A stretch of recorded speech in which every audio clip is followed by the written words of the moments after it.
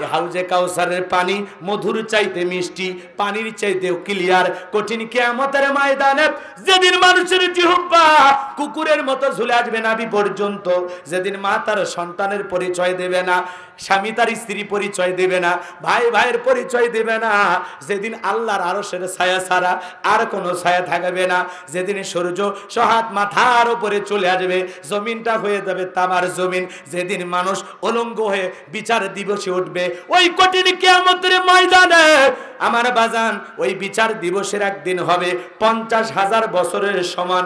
ওই দিন রসুলের হাতে এক পেয়ালা হাউজে কাউসারের পানি যে পান করবে, জান্নাতে ঢোকা পর্যন্ত তার আর তৃষ্ণা লাগবে না। একটু জোরে কোন সুবহানাল্লাহ। রসুলের হাতে এক পেয়ালা হাউজে কাউসারের পানি যদি কেউ পান করতে পারে, জান্নাতে ঢোকা পর্যন্ত তার আর কোনো তৃষ্ণা লাগবে না। আল্লাহর আরশের নিচে 7 শ্রেণীর মানুষ ছায়া পাইবে। আল্লাহ এদিকে খেয়াল করেন, কিয়ামতের ময়দানে আল্লাহর আরশের নিচে যারা ছায়া পাইবে, এটা হলো ইমানদার মুসলমানদের জন্য ভিআইপি গ্যালারি। এ জায়গায় কোনো বেঈমানের বসার সুযোগ নাই। ইলাহা ইল্লাল্লাহু মুহাম্মাদুর রাসূলুল্লাহ। জবান ছেড়ে এক বাক্যে পড়ছি সাল্লাল্লাহু আলাইহি ওয়াসাল্লাম। বাংলাদেশের ঐতিহ্যবাহী বগুড়া জেলার শিবগঞ্জ থানার অন্তর্গত জামুরহাট দাখিল মাদ্রাসার উদ্যোগে আজকের এই 48তম অধিবেশন বিরাট তাফসীরুল কোরআন মাহফিলের সম্মানিত সুযোগ্য অনারেবল প্রেসিডেন্ট, সম্মানিত চেয়ারম্যান জনাব মোহাম্মদ রেজাউল করিম চঞ্চল, আল্লাহ পাক তার গোলামকে হায়াতে তৈয়বা সিয়াতে কুলিয়া দান করুন। সকলে বলুন আমিন।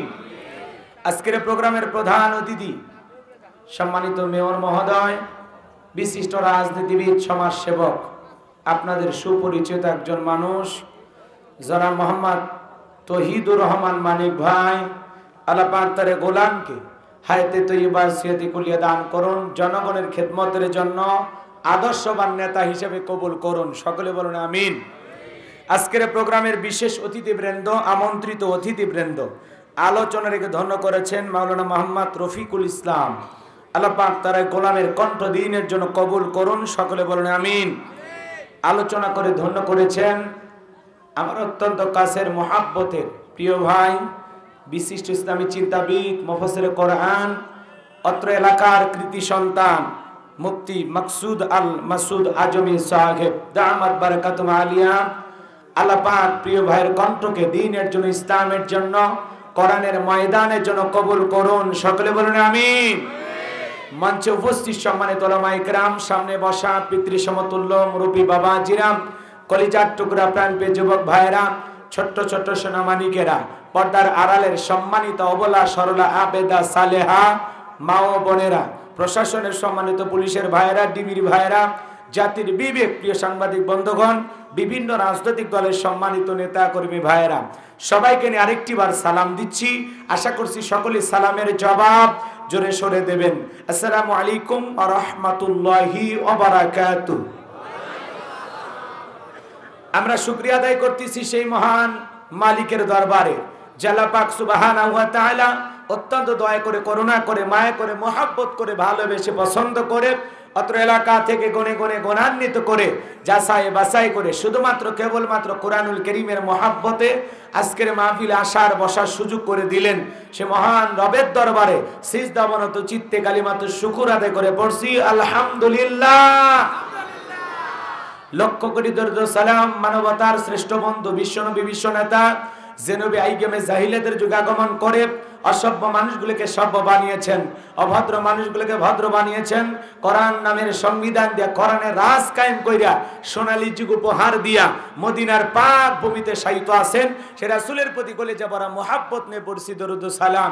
সকলেই পড়ুন সাল্লাল্লাহু আলাইহি ওয়াসাল্লাম। সম্মানিত ভাইরা, আজকের প্রোগ্রামে আসতে পেরে, বসতে পেরে আপনারা খুশি না বেজার? কারা কারা বেজার দু হাত তুলে দেখান তো দেখি। আলহামদুলিল্লাহ, বগুড়ার মানুষ তো চালাক না হয়ে কি পারে। আজকের প্রোগ্রামে যারা বসেছেন শ্রোতারা যে চালাক বুদ্ধিমান এতে কোনো সন্দেহ নেই। অনেক জায়গায় গেলেন তো ঝোঁকে তালে 2-4-10 জন 20 জন উঠে হলায় হাত, হ্যাঁ হুজুর, কিন্তু এই জায়গায় নাই না, ওই চাচা সমস্যা নেই, না না একজন ওইটা সমস্যা নেই। তো আজকের প্রোগ্রামে আমি চালাক শ্রোতা পেয়েছি। ভালো শ্রোতা যদি চালাক বুদ্ধিমান হয় অল্প কথা বললেই বেশি বুঝে ফেলবে, কইতে কলিকাতা বুঝে নেই, বোঝেন নাই? আজকের প্রোগ্রামে আসতে পেরে বসতে পেরে কারা কারা খুশি, মুখে নিয়ে হাসি, আওয়াজ দে বেশি, আল্লাহ নামের এমন একটি স্লোগান দেবেন এলাকায় যদি কোনো বাতিল শক্তি থাকে ওদের কলিজায় যেন কম্পন সৃষ্টি হয়, এমন আওয়াজ তুলতে রাজি আছেন যারা? বীর মুসলমানের মতো দুটি হাত টান টান করে তুলে দেখান তো তারা। লিল্লাহে তাকবীর, লিল্লাহে তাকবীর। আল কোরআনের আলো, আল হাদিসের আলো, দুনিয়ার মুসলিম, সারা বিশ্বের মুসলিম, আমার নেতা তোমার নেতা, আমার নেতা তোমার নেতা, লিল্লাহে তাকবীর। আল কোরআনের আলো, আল হাদিসের আলো, দুর্নীতির আলো। হাত নামান। অনেকে ঝোঁকে তালে বলেই ফেলেছেন দুর্নীতির আলো ঘরে ঘরে জ্বালো। বাংলাদেশে দুর্নীতি দমন কমিশন আছে না নাই? এরপরে দুর্নীতি কমেছে নাকি ডিজিটাল কাজে বেড়েই চলেছে? দিন যত গড়াচ্ছে দুর্নীতির পাল্লা তত ভারী হচ্ছে, কথা বলেন ঠিক কিনা? আমরা চাই আমাদের প্রিয় মাতৃভূমি বাংলাদেশ দুর্নীতি মুক্ত, আল্লাহ কবুল করুন, চিল্লা বলুন আমিন। আমরা চাই আমাদের বাংলাদেশ মাদক মুক্ত, আল্লাহ কবুল করুন, চিল্লা বলুন আমিন। আমরা চাই আমাদের বাংলাদেশ যৌতুক মুক্ত, আল্লাহ কবুল করুন, চিল্লা বলুন আমিন। আমরা চাই আমাদের বাংলাদেশ নাস্তিক মুক্ত, আল্লাহ কবুল করুন, চিল্লা বলুন আমিন। সম্মানিত ভাইরা আমার, ভূমিকায় লম্বা কথা নয়, সরাসরি মূল আলোচনায় প্রবেশ করতে চাই। তারপরে দুই একটি কথা না বললেই নয়। আমরা যত জায়গায় করণের কথা বলতে যাই বলে হুজুর সাবধানে আলোচনা করবেন, ভুলে যাবেন না এলাকা কার। ওদের কথার সাইজ শুনে মনে হয় এলাকা ওদের বাবার। আরো আস্তে কোন, আপনারা কি ভয় পান? এই জমিনের মালিক কে? আপনার আমার মালিক কে? আমরা বান্দা কার? তাহলে আল্লাহর জমিনে আল্লাহর পক্ষে আওয়াজ দিতে কোনো কার্পণ্যতা করা যাবে? আমি করব ওয়াজ, আপনারা দেবেন আওয়াজ, জবাব দিবেন ঠিক ঠিক, আলোচনা হবে কমপ্লিট। শ্রোতাদের স্পিরিটেই বারে বক্তার হিট, আলোচনা হবে জায়গা মতো ফিট। হ্যাঁ, আপনাদের আওয়াজ বলে দেবে ওয়াজ কেমন হওয়া দরকার। পারবেন তো ইনশাআল্লাহ? আমরা এদিক খেয়াল করেন, যত জায়গায় কোরআনের কথা বলতে যায় কিছু জায়গায় গেলে বলে হুজুর ওয়াজ যা করবেন করবেন, খবরদার রাজনীতির কোনো আলোচনা করবেন না। আচ্ছা বলেন তো আমার বাড়ি কোন জেলা? গরিব এলাকায় বাড়ি দেখে আমার জেলার নামটা নিতে আপনাদের কষ্ট হচ্ছে। একটু জোরে বলেন আমার বাড়ি কোথায়? আমি আসছি কোন জেলায়? বিশ্বাস করেন আমি গাইবান্ধা থেকে বগুড়াতে এসেছি শুধুমাত্র কোরআনের কথা বলার আশায়, এছাড়া আমার আর অন্য কোনো উদ্দেশ্য নাই। আর আমি গাইবান্ধা থেকে এই বগুড়া শিবগঞ্জে রাজনীতির কথা বলে আমার লাভ আছে? আগামী নির্বাচনে এলাকার মহিলা মেম্বার পদে দাঁড়ানোর কোনো চান্স আছে? তাহলে আমি কেন রাজনীতি করব? যদি করাই লাগে নিজের জেলা গাইবান্ধাই করব, কথা বলেন ঠিক কিনা? এজন্য আমি আপনাদের কথার সাথে একমত। আমি বাংলাদেশের রাজনীতিক কোনো দলের বক্তা না, আমি রাজনীতিক কোনো বক্তব্য দেব না। I will not any political word because I am not a leader of any political party. কারণ এখানে সব দলের লোক আছে, আছে না নাই?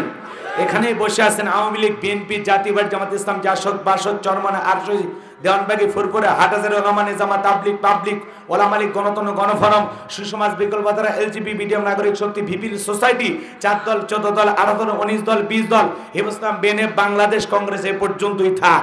বাংলাদেশে কত দল? আমি কি বোকা দলীয় আলোচনা করব? এই দিক থেকে যদি একটা দল লোক গুতা মারে, ওই দিক থেকে আর একটা দল লোক থানায় টেলিফোন করে, আমি হুজুরের অবস্থা ভালো না খারাপ? এই জন্য আজকের মাহফিলে বাংলাদেশের রাজনীতি নিয়ে কোন আলোচনা করা হবে? বলেন বাংলাদেশের রাজনীতি নিয়ে কোন আলোচনা করা হবে না। তবে হ্যাঁ, আমি যদি কোনো রাজনৈতিক বক্তব্য দেই, এই পৃথিবীর শ্রেষ্ঠ রাজনীতিবিদ, শ্রেষ্ঠ রাষ্ট্রনায়ক, শ্রেষ্ঠ রাষ্ট্রপতি, শ্রেষ্ঠ সেনাপতি, শ্রেষ্ঠ বৈজ্ঞানিক, শ্রেষ্ঠ দার্শনিক, শ্রেষ্ঠ বাবা, শ্রেষ্ঠ নানা, শ্রেষ্ঠ স্বামী, শ্রেষ্ঠ আদর্শ, শ্রেষ্ঠ মহামানব রহমাতুল লিল আলামিনের মদিনার আদর্শের রাজনীতির কথা বলবো। আমি যদি কোন রাজনৈতিক বক্তব্য দেই, খলিফাতুল মুসলিমিন, আমিরুল মুমিনিন হযরত ওমর ফারুকের আদর্শের রাজনীতির কথা বলবো। যে ওমর ফারুক আল্লাহর জমিনে আল্লাহর আইনকে প্রতিষ্ঠিত করতে গিয়ে নিজের কলিজার টুকরা ছেলেকে পর্যন্ত ছাড় দেয়। সেই মদিনাওয়ালার আদর্শের রাজনীতির কথা শোনার পর আপনার যেন আবার চুলকানি আরম্ভ না হয়। কারণ কোরআন হাদিসের হক কথা সবার পেটে হজম হয়। আপনারাই বলেন তো, সুদ করে সামনে যদি সুদের বিষয় নিয়ে আলোচনা করা হয়, ও কি বগুড়ার এশিয়া হোটেল থেকে মিষ্টি নিয়ে এসে বলবে হুজুর হ্যাঁ করেন মিষ্টি খান, নাকি বলবে এই হুজুর আইসা সুদের ওয়াজ কইরা আমার সুদের ব্যবসায় লালবাতি জ্বালাইছে? কথা বলেন ঠিক কিনা? যারা ঘুষ খায়, দুর্নীতি করে, ওদের সামনে ঘুষের আলোচনা করলে খুশি না বেজা? যারা বেনামাজি, নামাজ পড়ে না, আসার খাইয়া পইরা আল্লাহ সিজদা দেয় না, ওদের সামনে নামাজের ওয়াজ করলে খুশি না বেজা? যে সমস্ত মা বোনেরা বোরকা পরে না, পর্দা করে না, বুকে ওড়না পর্যন্ত নেয় না, জিন্সের প্যান্ট গেঞ্জি পরে রাস্তাতে হাইটা যায়, পিছন দিক দিয়ে তাকালে মনে দুটো সুপারি গাছ দাঁড়িয়ে আছে, এরকম বেহায়া বেপরদা নারীর সামনে পর্দার আলোচনা করলে খুশি না বেজা? এক কথায় ওয়াজ যদি কারো বিপক্ষে চলে যায়, কিয়ামত পর্যন্ত সে বক্তার উপরে খুশি হবে না। কথা বলে ঠিক কিনা? এই জন্য পরিষ্কার কণ্ঠে একটি কথা বলে দিতে চাই, আজকের আলোচনা সভাপতি স্যারের মতো হবে না, প্রধান অতিথির মতো হবে না, মাহফিল কমিটির মতো হবে না, বক্তার মতো হবে না, শ্রোতাদের মতো হবে না। আল্লাহর কোরআন যা বলবে গোলাম রব্বানি তাই বলবে। এতে কে খুশি কে বেজার ওইটা দেখার টাইম নাই। কথা বলেন ঠিক কিনা? যুগে যুগে নবী রাসূলের দাওয়াতি কাজ করেছেন, তাদের দাওয়াতি কাজেও কাফের বেঈমানরা বাধার প্রাচীর তৈরি করে দিয়েছিলেন। এরপরে আল্লাহর পয়গম্বররা শত বাধার প্রাচীরকে ভেঙে আল্লাহর জমিনে আল্লাহর পথে মানুষকে দাওয়াত দিয়েছেন। কথা বলে ঠিক কিনা? আল্লাহর পয়গম্বর নূহ আলাইহিস সালাম দাওয়াত দিয়েছেন, কাফের বেঈমানরা দাওয়াত গ্রহণ না করে পয়গম্বরকে আঘাত করে বেহুশ করে রেখেছিলেন। কথা বলে ঠিক কিনা? আপনার আমার প্রিয় নবী কালেমার দাওয়াতি দিকে কোরআনের প্রচার করতে গিয়ে মার খেয়েছেন, রক্ত জড়িয়েছেন, ধান ধান মোবারক শহীদ হয়ে গেছেন, লোহার টুপি মাথার ভিতরে ঢুকে গেছেন, সাহাবায়ে কেরাম দিন প্রতিষ্ঠিত করতে গিয়ে মার খেয়েছেন, রক্ত জড়িয়েছেন, জীবন দিয়েছেন। ও বাংলার মুসলমান, আল্লাহর জমিনে আল্লাহর দ্বীনকে প্রতিষ্ঠিত করতে গিয়ে, কোরআনের সমাজ কায়েম করতে গিয়ে যদি নবীদের মতো সাহাবায়ে কেরামদের মতো বুকের তাজা রক্ত দিতে হয়, কারা কারা দিতে রাজি? দু হাত তুলে আল্লাহকে দেখা। লিল্লাহে তাকবীর, লিল্লাহে তাকবীর। হাত সোজা করেন, হাত সোজা করেন। আমি কি হাত নামাইতে বলেছি? হাত টান টান করেন। ওই যে দেখছো তোমরা, বাপ রে বাপ,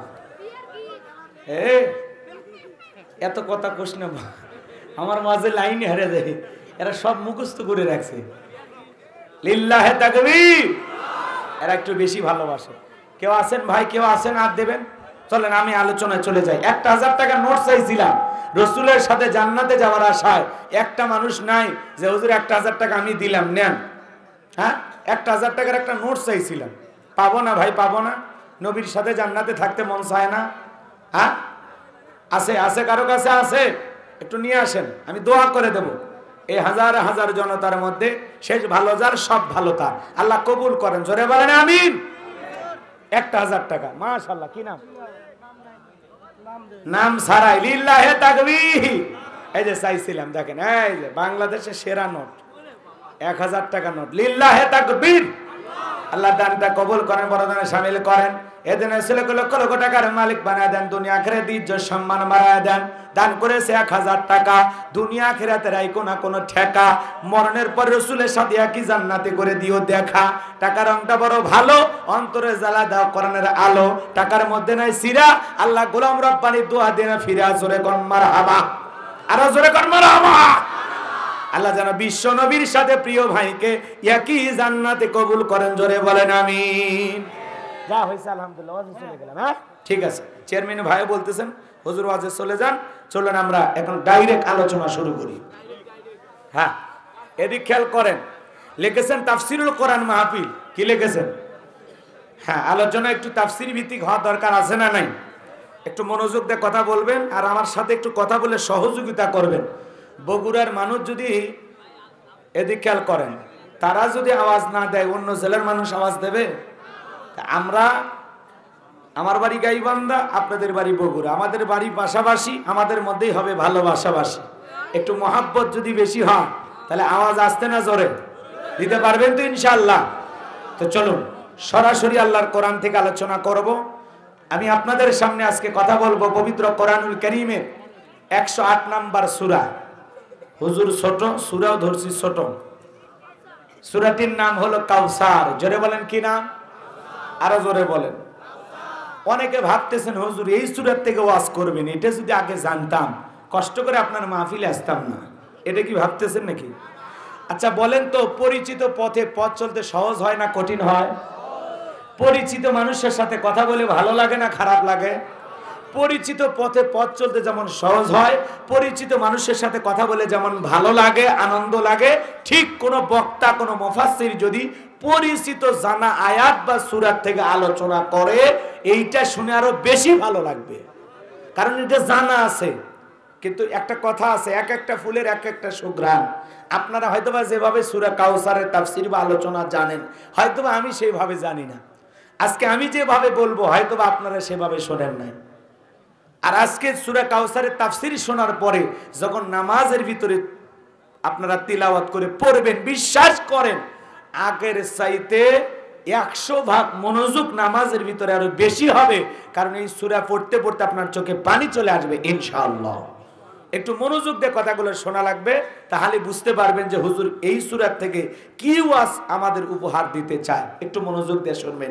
এই সূরার মধ্যেই বর্তমান প্রেক্ষাপট সব আছে, কথা কয় না কেন? সব আছে, একটু খালি মনোযোগ দিয়ে শুনবেন আর আমাকে একটু সহযোগিতা করবেন। পারবেন তো ইনশাআল্লাহ? তাহলে সূরার নাম আরো জোরে আর একবার বলেন। কাউসার বললে সব না গুনাহ? সব হবে। আপনারা যারা এই জায়গায় বসে আছেন, আপনাদের হাতে একটু সময় আছে তো নাকি বলেন?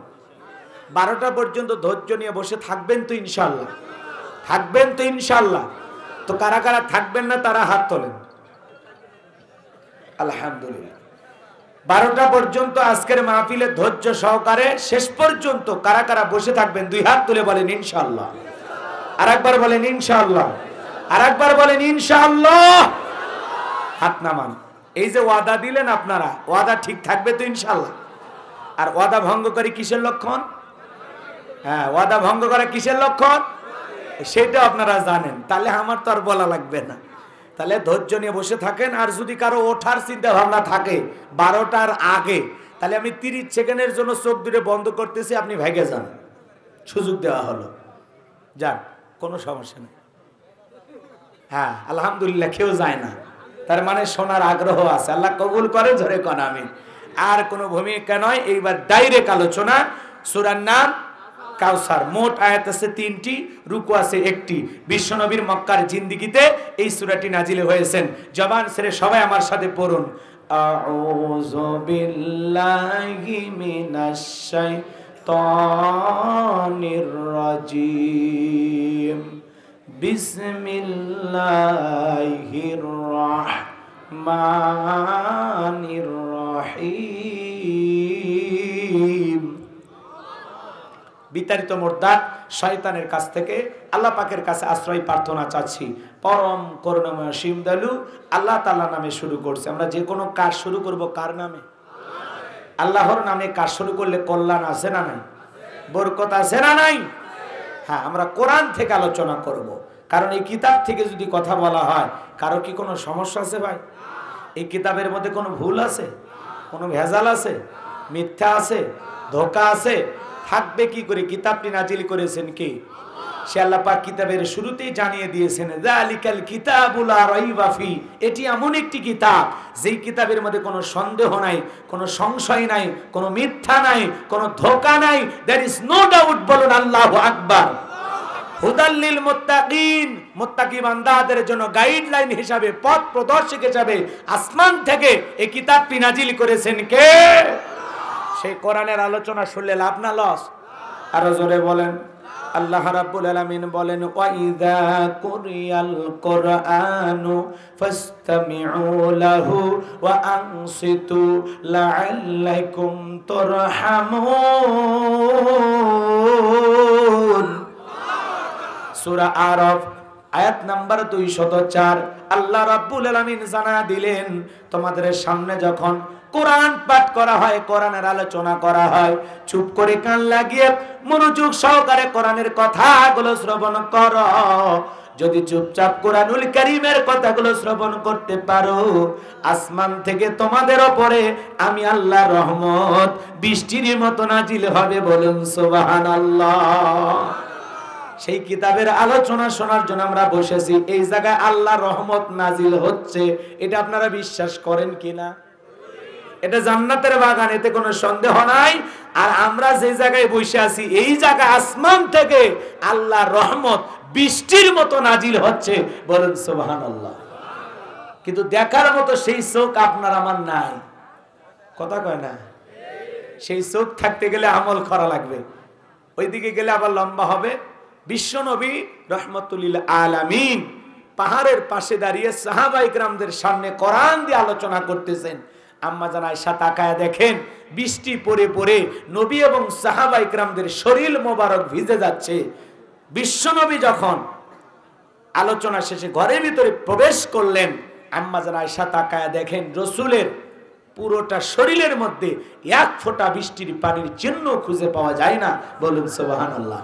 জিজ্ঞাসা করলেন নবী গো, ও নবী, আমি তাকায় দেখলাম আসমান থেকে বৃষ্টি পড়ে আপনি এবং সাহাবায়ে কেরামদের শরীর ভিজে যাচ্ছে, কিন্তু এখন তো দেখি আপনার শরীরে কোনো বৃষ্টির পানির চিহ্ন খুঁজে পাওয়া যাচ্ছে না। বিশ্বনবী তখন ডেকে বলে, আয়েশা, তুমি যেটা বৃষ্টির পানি মনে করেছো ওইটা বৃষ্টির পানি না। যেখানে কোরআনের আলোচনা করা হয় ওই জায়গায় আল্লাহর রহমত বৃষ্টির মতো নাজিল হয়। বলুন সুবহানাল্লাহ। সম্মানিত ভাইয়েরা আমার, সেই কোরআনের আলোচনা শুনলে ইমানদারদের জন্য লাভ না লস? আল্লাহ বলেন ওয়াযাক্কির ফাইন্নায যিকরা তানফাউল মুমিনিন। সূরা জারিয়ার 55 নম্বর আয়াত।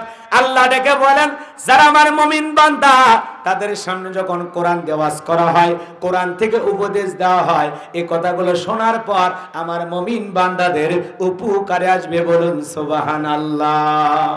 তাহলে কোরআনুল কারীমের কোন সূরা থেকে? সূরা কাউসার। বলেন কি না? একটু জবান ছেড়ে আমার সাথে সবাই পড়ুন, সবাই পড়ুন। সকলের মুখস্থ আছে না নাই? সবাই পড়েন। ইন্না আ'তাইনাকাল কাউসার ফাসাল্লি লিরাব্বিকা ওয়ানহার ইন্না শানিয়াকা হুয়াল আবতার। আল্লাহু আকবার। যে কোনো আয়াত বা সূরার তাফসীর করতে হলে কোন প্রেক্ষাপটে আল্লাহর হাবিবের উপরে সেই সূরাটি বা আয়াতটি নাজিল হয়েছে, সেই নাজিলের শানে নজুল জানার দরকার আছে না নাই? কথা বলেন না কেন? রাগ করতেছেন? এই সূরাটি আল্লাহর হাবিবের উপর কখন নাজিল হয়েছে সেই নাজিলের প্রেক্ষাপট আছে না নাই? হ্যাঁ, যদি নাজিলের প্রেক্ষাপট আলোচনা করা হয়, শানে নজুল আলোচনা করা হয়, তাহলে তাফসীর বুঝতে সহজ হয়। বলুন সুবহানাল্লাহ। নবীজির প্রিয় সাহাবী হযরত আনাস রাদিয়াল্লাহু তাআলা আনহু বলেন, নবীজি আমাদের চোখের সামনে বসা, কয়েকজন সাহাবায়ে কেরামদের সাথে রাসূল বসে আছেন। হযরত আনাস ডেকে বলেন, আমি নবীজির চেহারা মোবারকের দিকে তাকায় দেখি নবীজির মুখটা মলিন, চোখের কোণায় অশ্রু দেখা যায়, মনটা ভার। কিছুটা সময় অতিবাহিত হয়ে যাওয়ার পর আমার নবীজি মুস্কি মুস্কি হাসতেছেন। বলুন সুবহানাল্লাহ। হযরত আনাস ডেকে বলেন, নবী গো, এই মাত্র দেখলাম মনটা খারাপ, চোখের কোণায় পানি, আবার কেন মুস্কি হাসেন? আমার নবীর মনটা কেন খারাপ, চোখের কোণায় অশ্রু কেন? বলেন তো বাজানের কারণ আছে না নাই? নবীজির মনটা খারাপ হয়ে যাওয়ার পিছনে কারণ আছে না নাই? কারণ হলো বাজান গো আমার, নবীজির কলিজার টুকরা ছেলে সন্তানগুলো জন্মগ্রহণ করে একে একে মারা যায়। ইব্রাহিম মারা যায়, আবুল কাসেম মারা যায়, নবীজির একটা ছেলে সন্তানও জীবিত থাকলো না। সব ছেলে সন্তানগুলো যখন মারা যায়, বলেন তো বাবা, বাবা হিসাবে নবীজির মনেও কষ্ট লাগে কিনা? আরো জোরে বলেন। নবীজির মনটা ভেঙে গেল, বিশ্ব নবী কষ্ট পান। আর নবীজির কাছের চাচা নাম হলো আবু লাহাব, ডেকে বলে ভাতিজা তোমার বংশে বাতি জ্বালানোর কেউ নাই, তুমি একটা লেজ কাটা, তুমি একটা নির্বংশ। জোরে কন্যা উজুবিল্লাহ। হাটখুরা বোঝেন? হাটখুরা এই কথাগুলো বলে রসুলকে গালি দিতেছেন, রসুলের আপন চাচা। আচ্ছা বলেন তো বাজান, যদি এদিক খেয়াল করেন, বিপদের দিনে কাছের মানুষদের উচিত কি দেওয়া? সান্ত্বনা দেওয়া না কষ্ট দেওয়া? সান্ত্বনা দেওয়া। আল্লাহ না করুক আপনার আমার সন্তান যদি মারা যায়, কাছের আত্মীয় স্বজন এসে বলবে বাবা মন খারাপ করো না, সবর করো, ধৈর্য ধারণ করো, জীবন মৃত্যুর মালিক আল্লাহ, আল্লাহ সন্তান দিয়েছে, আল্লাহ নিয়েছে, তুমি মন খারাপ করো না, সবর করো, ধৈর্য ধারণ করো। আল্লাহ যদি চায় বছর না ঘুরতে আবারও তোমাদের ঘর আলোকিত করে সন্তান দুনিয়াতে আসবে। কথা বলে ঠিক কিনা? তার মানে বিপদের দিনে কাছের মানুষদের উচিত সান্ত্বনা দেওয়া। কিন্তু রসুলের চাচা এতটাই খারাপ, রসুলের ছেলেগুলো মারা যায়, ছেলে সন্তানগুলো জীবিত থাকলো না, একে একে ছেলেগুলো মারা যায়। আর নবীর চাচা আবু লাহাব ডেকে বলে ভাতিজা তুমি একটা লেজ কাটা, তুমি একটা নির্বংশ, তোমার বংশে বাতি জ্বালানোর মতো কেউ থাকলো। তাহলে নবীজির কষ্ট কমে না বাড়ে? আরো জোরে বলেন। এ বাজান গো আমার, নবীজির ছেলে সন্তানগুলো কেন জীবিত থাকলেন না? দুনিয়াতে নবীর ছেলে নবী হয়েছে, অনেক পয়গম্বরের ছেলে সন্তান জীবিত ছিল, কিন্তু বিশ্ব নবীর একটা ছেলে সন্তান যৌবন পর্যন্ত কেন আল্লাহর দুনিয়াতে জীবিত থাকলেন না? আল্লাহ কেন তাদেরকে শিশুকালে নিলেন? এর পিছনেও কারণ আছে না নাই? জোরে বলেন আছে না নাই? নবীজির ছেলে সন্তান গৌরব শিশুকালে বিদায় নেওয়ার পিছনে কারণ আছে তিনটি। জোরে বলেন কয়টি? আরো জোরে, আরো জোরে। নবীজির ছেলে সন্তানগুলো কেন জীবিত থাকলেন না? আল্লাহ কেন তাদেরকে শিশুকালে নিলেন? এর পিছনে রহস্য নাই? জোরে বলেন রহস্য নাই? অনেক পয়গম্বরের ছেলেরা জীবিত থাকলেন, কিন্তু আমার আপনার নবীর ছেলে কেন জীবিত থাকলেন না? এর পিছনে তিনটি কারণ আছে। কি সেই তিনটি রহস্য? কি সেই তিনটি কারণ? যদি আমি বলতে যাই তাহলে 3 নাম্বার আয়াতের আলোচনা শুরু করা লাগবে। আমি এখন 1 নাম্বার আয়াত বাদ দেখি 3 নাম্বারে চলে যাব, নাকি আস্তে আস্তে শুরু করা যাক? সময় আছে তো ভাই ইনশাল্লাহ? তাহলে রসুলের ছেলে সন্তানগুলো কেন মারা গেলেন? কি সেই তিনটি কারণ? কারা কারা শুনবেন একটু হাত তুলে দেখান তো দেখি। লিল্লাহে তাকবীর। একটু আওয়াজ দেন, পিছনের ভাইরা একটু আওয়াজ দেন, লিল্লাহে তাকবীর।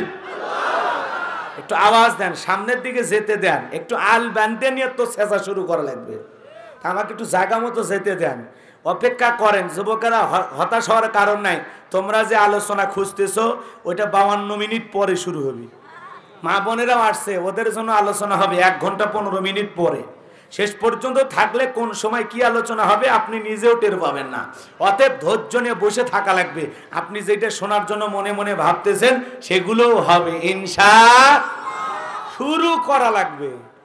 চলেন সামনের দিকে যাই। কষ্ট হচ্ছে আপনাদের? আমার ভাইয়েরা, একে তো নবীজির ছেলেগুলো মারা যায়, আর কাছের চাচা আবু লাহাব সমালোচনা করে, নবীজির মনটা খারাপ, হৃদয়টা ব্যথিত। অন্যদিকে সাহাবায়ে কেরাম যারা ইসলাম ধর্ম গ্রহণ করে, কাফের বেঈমানরা তাদের উপরে নির্যাতন জুলুম চালায়। নবীজি যখন কালেমার দাওয়াত দিলেন, ইসলামের প্রচার প্রসার করতে লাগলেন, হযরতে বেলাল বিশ্ব নবীর কাছে রাত্রি বেলায় হাজির হয়ে গেলেন। নবীজি দারুল আরকামে বসা। হযরতে বেলাল বিশ্ব নবীর সামনে উপস্থিত হওয়ার পর ডেকে বলেন, নবী গো, আপনার চাইতে সুন্দর মানুষ আমি জীবনে কোনোদিন দেখি নাই, বলুন সুবহানাল্লাহ। আপনার আমার নবী কতটা সুন্দর জানেন? আম্মা জান আয়েশা ডেকে বলেন, যারা ইউসুফ নবীর চেহারার দিকে তাকাইয়া ফল কাটতে গিয়ে আঙ্গুল কেটে ফেলে দিয়েছিল, ওরা যদি বিশ্ব নবীর চেহারা মোবারকের দিকে একবার তাকাইতো, শুধুমাত্র আঙ্গুল নয়, আঙ্গুল কাটতে কাটতে, হাত কাটতে কাটতে কখন যে নিজের কলিজা কেটে দুফাক করে দিত, মুহূর্তের জন্য টের পাইতো না। আপনার আমার নবী এতটাই সুন্দর। সুবহানাল্লাহ বলেন। নবীর উম্মত হিসাবে নবীর সম্মান মর্যাদা জানার দরকার আছে না নাই? এক জায়গায় যা ওয়াজ করলাম, বলেন তো আমার নবীর নাম কি? বলে আব্দুল। পীর সাহেবের নাম মুখস্থ আছে, কিন্তু আমার নবীর নামটা মুখস্থ নাই। নবীর জীবনে থেকে কিছু কথা বলবো, যদি কারো খারাপ লাগে, ভালো না লাগে, উঠে চলে যায়। বুঝতে পারবেন রসুলের প্রেম ভালোবাসা 100% আপনার কলিজায় নাই। কথা কয় না কয়? নবীজির আলোচনা হয়, নবীজির কথা বলে, আমরা যেই নবীর উম্মত সেই নবীকে নিয়ে কথা হয়। আপনি যদি উঠে যান তাহলে কি রসুলের প্রেম আছে? এ যুবকে 12টা বাজছে, কিছু পোলাপান এরকম আছে, মানে ইউটিউবে দেখছে তো এক নজরে না দেখবি, দেখে শেষ, মানে ওর কাছে আর ওয়াজ শোনা লাগবে না। রাগ করতেছেন? ওই 5-10 মিনিটের কাটিং শুনে লাভ আছে, আজকে পুরোটা শোনেন। খারাপ লাগতেছে? একটু শুরু করতে দেন। লিল্লাহে তাকবীর। আপনার আমার নবী কেমন সুন্দর মানুষ ছিলেন। হযরতে জাবের রাদিয়াল্লাহু তাআলা আনহু বলেন, পূর্ণিমার রাত আমি রাসূলের বাড়িতে গেলাম, সেদিন দেখেছিলাম চাঁদ উদয় হয়েছে দুইটা, একটা চাঁদ আসমানে আর একটা চাঁদ জমিনে। আমি আসমানের চাঁদের দিকে একবার তাকাই আর আমার নবীজির চেহারার দিকে একবার তাকাই। হযরতে জাবের রাদিয়াল্লাহু তাআলা আনহু বলেন, ওই আকাশের পূর্ণিমার চাঁদের চাইতে আমার নবীকে আমার কাছে বেশি সুন্দর মনে হয়। জোরে বলেন সুবহানাল্লাহ। আপনার আমার নবী কতটা সুন্দর। আম্মা জান আয়েশা ডেকে বলেন, ও দুনিয়ার মানুষ, তোমাদের একটা সূর্য আছে, আমি আয়েশারও একটা সূর্য আছে। তোমাদের সূর্য উদয় হয় দিনের বেলায়, আর আমি আয়েশার সূর্য উদয় হয় রাতের বেলায়। আম্মা জান রাতের বেলায় সুই দিয়ে কাজ করতেছিলেন, হাত থেকে সুইটা পড়ে গেল, বাতিতে কোনো তেল ছিল না, বাতি জ্বালাইতে পারলেন না, অপেক্ষায় বসে থাকলেন। নবীজি যখন এশার সালাত আদায় করার পর ঘরের ভিতরে প্রবেশ করে সর্বপ্রথম আম্মা জান আয়েশাকে সালাম দিলেন। বলেন আল্লাহু আকবার। নবী ঘরে ঢুকে স্ত্রীকে কি দিলেন? এই সুন্নাত আপনার আমার বাড়িতে আমল করার দরকার আছে না নাই? ঘরে ঢুকে বউকে সালাম দিবেন, আসসালামু আলাইকুম রহিমা, কেমন আছো সোনা? ঘরের দরজাটা খোলো না, আমি তোমার লেটনের বাপ, তোমার দিওয়ানা। বউ খুশি হয়ে দরজা খুলবে, কথা বলে ঠিক কিনা? কিন্তু আমাদের ব্যবহার এত ভালো না, আমরা রাগান্বিত হয়ে থাকি, মেজাজ গরম করে বাড়িতে যা ডাক দেয়, এ রুবেলের মামে দরজা খোল, বেশি দেরি হলে দরজা ভাঙ্গা তোর পিঠের ওপর কি যে হবি আজ। বউ ভিতর থেকে বলে, এটা স্বামী না সেকেন্ড আজরাইল। এরকম পুরুষ আছে না? না, ওই বাইরে যায়, আমার বউ আমাকে বাঘের মতো ভয় করে। মানুষের কাছে গল্প সাটায় আছে না? না, বউ যদি বাঘের মতো ভয় করে, বাকি পশু জানোয়ার, তার মানে বউ তোমাকে জানোয়ারের মতো ভয় পায়, তার মানে বউয়ের কাছে তুমি আর মানুষ নাই, হয়ে গেছো জানোয়ার। কথা কয় না? রাগ করতেছেন? বউয়ের কাছে মানুষ হওয়া লাগবে, বইয়ের প্রিয় স্বামী হওয়া লাগবে, বইয়ের ভালোবাসার মানুষ হওয়া লাগবে। বইয়ের কাছে ওই পুরুষের বাগাগিরি দেখে লাভ নাই। কথা কয় না কেন? জাগা মতো তোমার খুঁজে পাওয়া যাবে না, তুমি বইয়ের কাছে বাঘ সেজে বসে আসো। আছে না নাই? আছে না নাই? এদিক খেয়াল করেন বাজান, বিবিকে সালাম দিবেন, এটা রাসূলের সুন্নাত, মনে থাকবে তো ইনশাআল্লাহ। বউকে যা সালাম দিবেন, আশেপাশে লোকজন যদি না থাকে, বউকে সালাম দেওয়ার পর বইয়ের হাতটা ধরে মুসাফা করবেন। কথা কয় না? বইয়ের হাত, কার হাত ধরতে বলছি? পাশের বাড়ির ভাবির হাত না, ঝাঁটা দিয়ে পিটাবে। বইয়ের হাত ধরে মুসাফা করবেন। একেবারে যদি ময়দান ফাঁকা থাকে, কোলাকুলিও সেরে নেবেন। মারহাবা কোন? যদি আপনার স্ত্রীকে সালাম দিতে পারেন, মুসাফা করতে পারেন, বইয়ের সাথে কোলাকুলি করতে পারেন, এই তিনটা আমল যদি কোনো পরিবারে একসাথে হয়, তাদের দাম্পত্য জীবনের উপরে আসমান থেকে আল্লাহ তাআলার 3টা রহমত নাজিল হয়। বলুন সুবহানাল্লাহ। রাসূলের কিছু সুন্নাত আছে, যেই সুন্নাতগুলো আমল করলে আপনাদের দাম্পত্য জীবনে কোনো অশান্তি থাকবে না, শুধু ভালোবাসা আর ভালোবাসা, সুখ আর সুখ, কোনদিন বিচ্ছেদ বা তালাকের ঘটনা ঘটবে না। এর মধ্যে সবচেয়ে গুরুত্বপূর্ণ 4টা সুন্নাত। কয়টা? কথা কয় না? রাসূলের 4টা রোমান্টিক সুন্নাত আছে। এই সুন্নাতগুলো যদি প্রত্যেকটা পরিবারের স্বামী স্ত্রীর মধ্যে আমল করা হয়, বিশ্বাস করেন জীবনে কোনোদিন তালাকের ঘটনা ঘটবে না। কথা কন না কেন? আমাদের সমাজে তালাকের ঘটনা কমছে না বাড়ছে? বিবাহ বিচ্ছেদ কমছে না বাড়ছে? তাহলে দাম্পত্য জীবনে সুখ পেতে গেলে কি সেই 4টা সুন্নাত আপনাদের শুনবার মন চায়? কারা কারা শুনবেন একবার হাত তোলেন তো দেখি। লিল্লাহে তাকবীর, লিল্লাহে তাকবীর। আল্লাহ কবুল করেন, জোরে বলেন আমিন। হাত নামান বাজান। তাহলে নবীজি ঘরে ঢুকে স্ত্রীকে সালাম দিলেন, আমরাও দেব ইনশাআল্লাহ। একটু মনে করে দিন, এখন যদি 4টে সুন্নতে আলোচনা করি তাহলে আলোচনা ভিন্ন দিকে চলে যাবে, একটু শেষের দিকে মনে করে দিবেন, পারবেন তো ইনশাআল্লাহ? এদিক খেয়াল করেন। তাহলে নবী যদি বউকে সালাম দেয় আমরাও দেব ইনশাআল্লাহ, পারবো তো ইনশাআল্লাহ? জয়পুরহাটে গেলাম, এক যুবক বলে হুজুর বউকে সালাম দিতে গিয়ে শরম লাগে। আমি বললাম বাচ্চা কাচ্চা কয়জন? কয় তিনটা সন্তানের বাবা হয়ে গেল, তোমার শরম লাগে না? বউকে সালাম দিতে গিয়ে শরম লাগে, ওটা শরম না শয়তানি? তোরে কম। কারণ আর শরম যদি এত বেশি হতো, ওর বউয়ের তো বাচ্চা হওয়ারই কথা না। বউয়ের বাচ্চা হয়ে যায় শরম লাগে না, সালাম দিতে গিয়ে সুন্নত আমল করতে গিয়ে শরম লাগে না। হাজলামি। আল্লাহ হেদায়েত দান করুক, জোরে কোন আমিন। পারবেন তো ইনশাআল্লাহ? চলেন সামনের দিকে যাই। আম্মা জান আয়েশা ডেকে বলেন, নবীজি যখন ঘরের ভিতরে প্রবেশ করলেন, নবীজির চেহারার আলোতে সুইটা কই পড়ে আছে আমি পরিষ্কার দেখতে পেয়েছি। বলুন সুবহানাল্লাহ। আপনার আমার নবীর শান কত, মর্যাদা কত জানেন? যে নবী হ্যাঁ বললে পুরো পৃথিবীবাসীর জন্য আল্লাহ পাক হালালে পরিণত করে দেয়, যে নবী না বললে পুরো পৃথিবীবাসীর জন্য আল্লাহ পাক হারামে পরিণত করে দেয়, যে নবী আসমানের চাঁদের দিকে ইশারা করলে চাঁদ 2 টুকরো হয়ে যায়, জমিনে পা তুললে মাওলা পাকের আরশে আজিমে পৌঁছে যায়। বলুন সুবহানাল্লাহ। জমিনে পথ চললে আসমানের মেঘ এসে ছায়া প্রদান করত, যেই নবীর চেহারার উপরে মশা পরা হারাম, যেই নবীর শরীরের ঘামগুলো আম্মা জানেরা সুগন্ধি হিসাবে ব্যবহার করতেন। সুবহানাল্লাহ বলেন। রাসূলের শরীরের ঘাম মিশক আম্বারের চাইতে বেশি সুগন্ধি ছড়াচ্ছিল। বলেন আল্লাহু আকবার। আমার ভাইয়েরা, কেমন নবী পাইছি গো, যেই নবীর চেহারার দিকে তাকাইলে ক্ষুধা নিবারণ হয়ে যায়। মক্কা নগরীর একজন মহিলা, তার স্বামী মারা গেল, 3টা সন্তান রেখে বড় ছেলেটা ডেকে বলে, মা বাবা মারা গেছে, কয়েকদিন অতিবাহিত হয়ে গেল, ও মা দুনিয়ার কোনো মানুষ সাহায্য সহযোগিতা নিয়ে এগিয়ে আসলো না মা, এতিমের দরদ এতিম নবী ছাড়া কেউ বুঝবে না, চলো না মা একবার বিশ্ব নবীর দরবারে যায়। এইবার মহিলা তার 3টা সন্তান কেনে নবীজির দরবারে হাজির হয়ে গেলেন। 2টা ভাই যখন বিশ্ব নবীর চেহারা মোবারকের দিকে তাকাইছে, বড় ভাই ছোট ভাইকে ডেকে বলে, ভাই এ কেমন মানুষের চেহারার দিকে তাকাইলাম, যার চেহারার দিকে তাকাইয়া আমার পেটের ক্ষুধা নিবারণ হয়ে গেছে।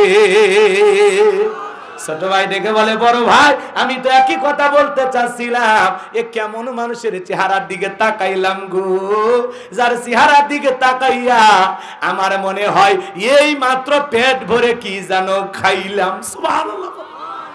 যেই নবীর চেহারার দিকে তাকাইলে পেটের ক্ষুধা নিবারণ হয়ে যায়, সেই নবীর কাছে হযরত বেলাল কথা মনে আছে না নাই? ডেকে বলে, নবী গো আপনি কালেমার দাওয়াত দেন, ইসলামের প্রচার প্রসার করেন, ও নবী গো আমাকে একটু কালেমা পড়ে মুসলমান বানায় দেন।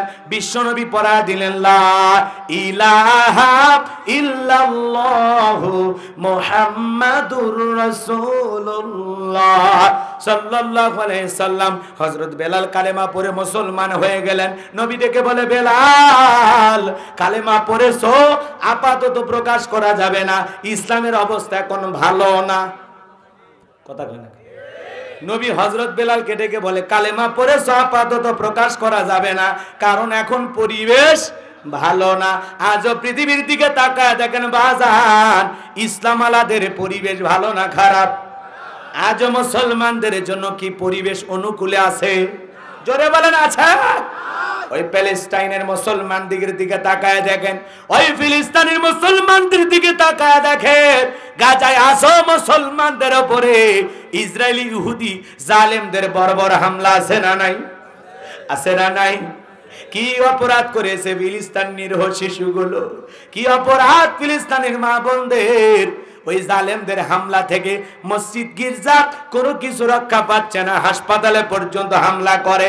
ওরা এত বড় জালেম, ছোট্ট 6 বছর 5 বছর 1 বছর 2 বছর 6 মাসের শিশুর উপরে পর্যন্ত ওরা বোমা হামলা চালায়। ওদের চাইতে নিকৃষ্ট পশু জানোয়ার আল্লাহর জমিনে আর কেউ হতে পারে না। কথা বলেন ঠিক কি না? এই জন্য ওরা পদে পদে এখন লাঞ্ছিত হইতেছে, রাগ করতেছেন মনে হয়। ওই ইসরায়েলি ইহুদি জালেমদেরকে দেখা মানুষেরা হামলা করার জন্য এগিয়ে যাচ্ছে। মনে রাখবেন বাজান, এই পৃথিবীর সবচাইতে নিকৃষ্ট জাতি হলো ইহুদিরা। এরা কোনোদিন মানুষের ভালো চায় না। কথা কয় না কেন? এই ইহুদি জাতিদের ভিতরে এমন লোক, ওরা মনে করে পুরো দুনিয়ার সব মানুষকে মাইরিয়া যদি খালি ওরাই জীবিত থাকতো। এটা হলো ওদের তামান্না, ওদের চাহিদা, ওদের চাওয়া। জোরে কন নাউজুবিল্লাহ। রাগ করতেছেন আপনারা আমার কথায়? আজও পৃথিবীর দিকে তাকা দেখেন, ওই ইসরায়েলি ইহুদিদের বর্বর হামলার শিকার ফিলিস্তিনি নিরীহ মুসলমানেরা। এ যাবৎ প্রায় ৮,০০০-এর উপরও বেশি মানুষ মারা গেছে। এর মধ্যে ৪,০০০-এর বেশি শিশু, ছোট ছোট বাচ্চারা। কথা বলেন না? কি অপরাধ! ফুটান্ত গোলাপের মতো এই শিশুগুলো দেখে মায়া লাগে। ছোট্ট ছোট্ট শিশুদের শরীর রক্তাক্ত, তাদের শরীর থেকে রক্ত ঝরতেছে। ডাক্তাররা মুছে মুছে দিতেছে, ঔষধ দেয়, চিকিৎসা নেয়, খাবারের পানির জন্য হাহাকার করতেছে। একটা রুটির জন্য, খাদ্যের জন্য ফিলিস্তিনের পথে ঘাটে, গাজায় পথে ঘাটে মানুষের চিৎকার, আহাজারি, খাদ্য দাও, পানি দাও, খাবার দাও। আজকে তারা কিছু লোক ত্রাণ সামগ্রী একটা জায়গায় জমা রাখছে। ওই তাদের গোডাউনের দরজা ভাঙ্গিয়া ভিতরে প্রবেশ করে যার যেটা মন চাচ্ছে সেটা নিয়ে যাচ্ছে। কতটা ক্ষুধার্ত থাকলে মানুষ এরকম করে? কথা বলে না কেন? ক্ষুধার যন্ত্রণা সহ্য করতে না পেরে যারা ত্রাণ দিতে আসতেছে, একটু সহযোগিতা নিয়ে আসতেছে, তাদের উপর তারা ছুটে পড়তেছে যে দাও, আমাকে দাও, আমাকে। কেউ 1 প্যাকেট আটা নিয়ে যাচ্ছে, কেউ খাবার নিয়ে যাচ্ছে, কেউ খেজুর নিয়ে যাচ্ছে, কেউ ডাল নিয়ে যাচ্ছে, যে যা পারতেছে সেখান থেকে নিয়ে যাচ্ছে। আহা, কি হাকা! ক্ষুধার যন্ত্রণায় তারা পথে পথে খাবারের জন্য ছুটতেছে। কিছু মুসলমান ভাইয়েরা বিভিন্ন দেশ থেকে তাদের জন্য যে ত্রাণ সামগ্রী পাঠাবে, এখানে ইসরায়েল ইহুদিরা পাহারাদার বসাইছে, ঢুকতে দিতেছে না। কথা বলে না কেন? বাজান গো আমার, পৃথিবীর বড় বড় নেতারা বলতেছে ত্রাণ সহযোগিতা পাঠাতে দেওয়া হোক। ইসরায়েল ইহুদিদেরকে অনুরোধ করতেছে গাজায় বসবাসকারী নিরীহ মুসলমানদের জন্য একটু ত্রাণ সামগ্রী আমরা পাঠাইতেছি, এটা পৌঁছাইতে দাও। ওরা পৌঁছাইতে দিতে চায় না, হাহাকার করতেছে খাবারের জন্য মানুষ। কিন্তু মনে রাখবেন বাজান, আজকে যেভাবে মুসলমানদের উপরে ওই জালেম ইসরায়েলি ইহুদিরা হামলা করতেছে, নির্যাতন জুলুম চালাইতেছে, হামাস যখন পাল্টা জবাব দিতে গেছে, তখন পৃথিবীর কাছে হয়ে গেছে হামাস মুসলমানেরা জঙ্গি। যদি তারা জঙ্গি হয়, ইসরায়েলি ইহুদিরা যে নিরীহ মুসলমান মারতেছে, ছোট ছোট শিশু মারতেছে, মসজিদে হাসপাতালে গির্জায় হামলা করতেছে, এরা তো পৃথিবীর সবচাইতে বড় জঙ্গি। আজকে অস্ট্রেলিয়ার একটা সরকার আছে, আছে না নাই? তারপরে কলম্বিয়া, তারপরে পৃথিবীর আরো যে অমুসলিম রাষ্ট্রগুলো আছে, সেই দেশগুলো থেকেও সেই দেশের নেতারা বলতেছে হামাস সন্ত্রাসী নয়, এরা জঙ্গি নয়, এরা নিজ ভূখণ্ড রক্ষা করার জন্য লড়াই করতেছে, সংগ্রাম করতেছে, এরা জঙ্গি নয়। কথা বলে না কেন? ইরান বলতেছে আমরা পাশে আছি, এতটুকু বলেই শেষ। কথা কয় না কেন? তো পৃথিবীর যত মুসলিম রাষ্ট্র আছে, সব নেতারা যদি ঐক্যবদ্ধ হইয়া এই ইহুদিদেরকে একটা কড়া জবাব দিত যে আর যদি একটা মুসলমানের শিশুর শরীর থেকে 1 ফোঁটা রক্ত ঝরে, পৃথিবীর মানচিত্র থেকে ইসরায়েলি ইহুদি জালেমদেরকে বিদায় করে দিতে আমরা পৃথিবীর 200 কোটি মুসলমান ঐক্যবদ্ধ আছি। একটা হুঙ্কার যদি বিশ্বের নেতারা দিত, এই জালেমেরা এত করার সাহস পেত না। সবাই চুপচাপ। এক তুরস্কের এরদোয়ান, উনি একটু মাঝে মাঝে বলতেছেন, এতটুকু শেষ। উনি একা হয় আর কি বলবেন? বলে তো হবে না, ওদের কাছে যাওয়া লাগবে, মুখোমুখি ময়দানে ডাইরেক্ট। কথা কয় না? ওই আপনি আপন দেশে থেকে খালি বিবৃতি দিবেন, কাজ হবে না, তো জায়গা মতো যাওয়া লাগবে। কথা বলেন ঠিক কিনা? আমার দেশে তো এমনও যুবক রেডি হয়ে আছে, আমার দেশের এমনও তরুণ রেডি হয়ে আছে, যদি বর্ডার খুলে দেওয়া হয়, কথা বলেন না কেন, যদি সীমান্ত দিয়ে পারাপারের ব্যবস্থা থাকে, আমরা নিরীহ ফিলিস্তিনের মুসলমানদের সম্পদ জায়গা জমি রক্ষা করার জন্য, মুসলমানদের প্রথম কেবলা পৃথিবীর দ্বিতীয় মসজিদ মসজিদুল আকসাকে রক্ষা করার জন্য লক্ষ লক্ষ বাংলার যুবক তৈরি হয়ে আছে। কথা বলে ঠিক কিনা? আমরা জীবন দেওয়ার জন্য রেডি হয়ে আছি। কথা বলেন ঠিক কিনা? আমার ভাইয়েরা, আল্লাহর কাছে সাহায্য চাই। আল্লাহ ওই জালেম ইসরায়েল ইহুদিদেরকে হটাইয়া ফিলিস্তিনের জমিনটাকে আল্লাহ মুসলমানদের জন্য তুমি কবুল করো। আরো জোরে বলেন আমিন। আমার ভাইয়েরা, ভয় পাওয়ার কোনো কারণ নয়। দিন এটাই শেষ নয়, আগামীর দিন মুসলমানদের দিন। আগামী দিন পুরো বিশ্ব মুসলমানেরা শাসন করবে ইনশাআল্লাহ। জুলুম নির্যাতন যত বাড়বে, মুসলমানদের বিজয় তত নিকটে। আল্লাহ রাব্বুল আলামিন ঈমানদারদেরকে পরীক্ষা করতেছেন। কথা বলেন ঠিক কিনা? ভয় পাওয়ার কোনো কারণ, আল্লাহর সাহায্য অচিরে আসবে ইনশাআল্লাহ। এটা মুমিন হিসাবে আমরা বিশ্বাস করি কিনা? এজন্য ভাইয়েরা আমার, ইসলামের অবস্থা সব সময় ভালো থাকে না। ইসলাম মানতে গেলে জালেমেরা টার্গেট করে আজকে পুরো পৃথিবীর অমুসলিম ইহুদি জালেমেরা ওরা একত্রিত হয়েছে পৃথিবীর জমিন থেকে ইসলাম আর মুসলমানদেরকে হটাইয়া, মুসলমানদেরকে বিদায় করে, ইসলাম আলাদেরকে বিদায় করে পুরো পৃথিবীর রাজত্ব ওদের দখলে নিতে চায়। কথা বলেন ঠিক কিনা? কিন্তু ওরা পারবে? জোরে বলেন পারবে? পারবে না। কারণ বাজান, মুসলমানদের সাথে সাহায্য আছে কার? আরো জোরে বলেন কার? আমার আল্লাহ ধরে না, ধরলে আল্লাহ জালেমদেরকে ছাড় দেবে না। এই জন্য বাজান, মুসলমানের রক্ত নিয়া যেই জালেমেরা খেলা করতেছে, একদিন ওদের পরিণতি নমরুদ ফিরাউনের চাইতেও খারাপ হবে। চলেন সামনের দিকে যায়। নবী ডেকে বলে, বেলাল কালেমা পড়েছো, এ কথা আপাতত প্রকাশ করা যাবে না। হযরত বেলাল ডেকে বলে, নবী গো, আমার জীবনের কোনো দাম নাই।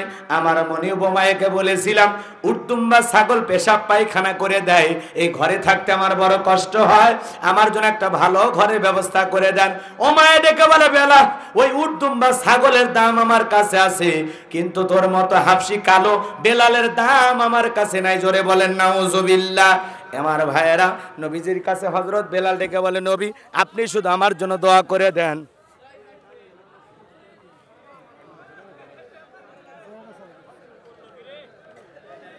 জিকির করেন লা ইলাহা ইল্লাল্লাহ। আচ্ছা ঠিক আছে, সমস্যা নাই। আপনি আপনার ওয়াদা যদি না রাখতে পারেন, আমি তো আর জোর করে আপনাদের ওয়াজ শোনাবো। আমার যতক্ষণ মন চায় আমি বলে চলে যাব ইনশাআল্লাহ। যাদের ভালো লাগবে থাকেন, আর খারাপ লাগলে চলে যান, সমস্যা নাই। বাজান গো আমার, যে কথা বলতে চাচ্ছিলাম, হযরত বেলাল ডেকে বলে, নবী গো আপনি আমার জন্য দোয়া করে দেন। আমার নিঃশ্বাস থাকবে যতদিন, আমি যেন কালেমার পথে টিকে থাকতে পারি ততদিন। বলেন আল্লাহু আকবার। ইমানের যে কি পরিচয় থাকা এই দুনিয়ার জমিনে যে কত কঠিন, এটা বিশ্বের অনেক দেশের মুসলমানেরা সেই পরীক্ষা দিতেছে। কথা বলে ঠিক কিনা? এজন্য ভাইয়েরা, হতাশ হওয়ার কোনো সুযোগ, কথা বলেন, হতাশ হওয়ার কোনো সুযোগ। রাতের গভীরতা যত বেড়ে যায়, ভোরের সূর্য তত নিকটবর্তী। কথা বলেন ঠিক কিনা? জালেমেরা যেভাবে বাড়াবাড়ি করতেছে, মনে রাখবেন ইসলাম বিজয় আনতে বেশি মানুষের প্রয়োজন হয় না। বদরের প্রান্তরে 313 জন সাহাবীর মাধ্যমে আল্লাহ রাব্বুল আলামিন প্রথম মুসলমানদেরকে বিজয়ের মালা দান করেছিলেন।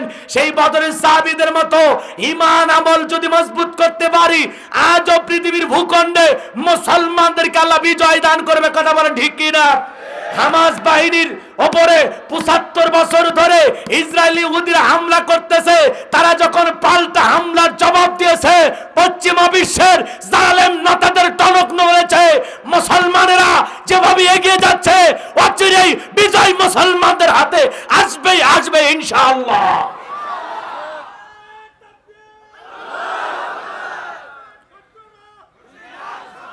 ভয় পাওয়ার কোনো কারণ, আধারে ভয় পেও না, আলো আছে আড়ালে, কালো সব পালিয়ে যাবে তুমি উঠে দাঁড়ালে।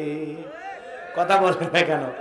আধারে ভয় পেও না, আলো আছে আড়ালে, কালো সব পালিয়ে যাবে তুমি উঠে দাঁড়ালে, বেঈমানরা পালিয়ে যাবে ইমানদাররা উঠে দাঁড়ালে। ওই ইসরায়েলি ইহুদিরা মানে খালি সৈন্য সারা যারা যুদ্ধ করতেছে এরা সারা ওই দেশে যত ইসরায়েলি ইহুদি বসবাস করত সবাই 5 ফুট ভিসা লাগাইয়া ফিলিস্তিন ভাগা করছে। আল্লাহু আকবার ক। এখন খালি এরাই কয়েকজন আছে, খালি একটু জায়গা মতো নিয়ে যায়, খালি সাইজ করতে পারলেই ইনশাআল্লাহ আল্লাহ কবুল করেন, জোরে বলেন আমিন। সেই পরিকল্পনা বিভিন্ন জায়গায় বড় বড় সুড়ঙ্গ, বড় বড় ফাঁদ হামাস বাহিনী পাতায় রাখছে, খালি ফাঁদে পা দিলেই হয়। আল্লাহু আকবার কর। আমরা মুসলমানদের পক্ষে আসি না নাই? কথা বলেন না কেন আপনারা? বড় বড় সুড়ঙ্গ খুলে মজবুত ভাবে অস্ত্র শস্ত্র রেডি হয়ে আছে, যখন তখন হামাস বাহিনী হামলা থেকে পিছনে যায়নি, ওরা আগের চাইতে ওদের গতিবেগ লক্ষ্য করে এমন ভাবে রেডি হয়ে আসতেছে, ইনশাআল্লাহ আমরা যতটুকু জানতে পারতেছি খুব দ্রুত এর একটা সমাধান হবে ইনশাআল্লাহ। ইনশাআল্লাহ বিজয় মুসলমানদের হবেই ইনশাআল্লাহ। আমার ভাইয়েরা, ফিলিস্তিনি আমাদের কথা বলে না কেন? ফিলিস্তিনি মুসলমান আমাদের কথা বলে ঠিক কিনা? বাইতুল মুকাদ্দাস মসজিদুল আকসা যেখান থেকে রাসূলের মেরাজের সূচনা হয়েছিল, কথা বলে না কেন? যেখানে অসংখ্য পয়গম্বরেরা সালাত আদায় করেছেন, কথা বলে ঠিক কিনা? সেই মসজিদ জালেমদের দখলে আমরা কি ছেড়ে দেব? কথা বলে না কেন? আল্লাহ রাসূলের ভবিষ্যৎবাণী, ইহুদি জালেমেরা যখন মসজিদ দখল করবে, এরপরে যখন এটা ইসরায়েলি ইহুদি জালেমদেরকে মুসলমানেরা হটায়া এই মসজিদ মুসলমানদের দখলে আসবে, কথা বলে ঠিক কিনা? হযরত ওমর ফারুকের শাসন আমলে এই মসজিদ মুসলমানদের দখলে ছিল। আল্লাহু আকবার বলেন। এর বলে সালাউদ্দিন আইয়ুবী, তিনি এই মসজিদ মুসলমানদের দখলে এনেছিলেন, বলেন আল্লাহু আকবার। এজন্য এদের বিরুদ্ধে লড়াই করে আমাদের পবিত্র ভূমি আমাদের রক্ষা করতে হবে, কথা বলে ঠিক কিনা? কিছু না করতে পারি অন্তত ইস্তেগফার করে তওবা করে তাহাজ্জুদে 2 ফোঁটা চোখের পানি ছেড়ে দিয়ে কেঁদে বলবেন, আল্লাহ ফিলিস্তিনের মুসলমানদেরকে বিজয় দাও, আল্লাহ তোমার সাহায্য পাঠাও। পারবেন তো? কিছু না পারলে কি করতে পারবেন? দোয়া করতে পারবেন, পারবেন তো ইনশাআল্লাহ। আমার ভাইরা সামনের দিকে যায়, লম্বা হবে, লম্বা করব না, সংক্ষিপ্ত একটু বলে দিয়ে যায়। হযরত বেলাল চলে গেলেন, পরের দিন সূর্য উদয় হয়ে গেল, অনেকটা বেলা হয়ে গেছে। হযরত বেলাল দরজা খোলে না, অন্যান্য চাকর যারা আছে নালিশ নিয়ে গেছে, উমাইয়া দরজা খোলে না, তাই নাকি? বলে হ্যাঁ। এইবার উমাইয়া এই কথা চাকরদের কাছ থেকে শুইনা দরজায় ডাক দেয়, বেলাল দরজা খোলো। হযরত বেলাল দরজা খোলে না, এইবার জোরে করে দরজায় ধাক্কা মারা হয়েছে, দরজা খুলে গেছে। উমাইয়া তাকায়া দেখে যে এই রাত্রিতে হযরত বেলাল কালেমা পড়ে মুসলমান হয়েছে। ওই রাত্রিতে একটা উট দুম্বা ছাগলের কাছে কোনো পেশাব পায়খানা নাই, বলেন আল্লাহু আকবার। এইবার উমাইয়া ডেকে বলে, হে চাকরের দল, বেলালের বিরুদ্ধে মিথ্যা অভিযোগ দাও, তোমরা যখন ঘুমাচ্ছিলে বেলাল তখন ময়লা আবর্জনা পরিষ্কার করছে, যাও যাও নিজেদের কাজে যাও। এইবার এক পা দুপা করে হযরতে বেলালের কাছে গেলেন, ডাক দেয় বেলাল, ও বেলাল। হযরত বেলাল মাথাটা নত করে জিকিরি করে কার? আরো জোরে বলেন কার? বাজান গো আমার, হাঁটুর ভিতরে মাথাটা দিয়া হাতের উপরে কপালটা রাইখা সুন্দর করে হযরত বেলাল জিকির করে। এইবার হযরতে বেলালকে ডাক দেয়, কথা বলে না। এইবার হযরত বেলালকে হালকা করে ধাক্কা মারছে, যখন জবান দিয়া কালেমার আওয়াজ বের হয়েছে তখন বলেন আল্লাহু আকবার। কালেমা শোনার সঙ্গে সঙ্গে উমাইয়ের মাথা খারাপ হয়ে গেছে, ডেকে বলে, বেলাল এসব কি শুনছি, তুমি কি মুসলমান হয়ে গেছো? হযরত বেলাল ডেকে বলে, মুসলমান হয় যারা মিথ্যা কথা বলতে পারে না তারা, ওয়াকুলু কাওলান সাদীদা। আল্লাহু আকবার। মুসলমানেরা সদা সর্বদা সত্য কথা বলবে, ঈমানদাররা কোনোদিন মিথ্যাবাদী হতে পারে। হযরত বেলাল ডেকে বলে, গতকাল রাত্রিতে বিশ্বনবীর হাতে হাত রেখে আমি কালেমা পড়ে মুসলমান হয়েছি।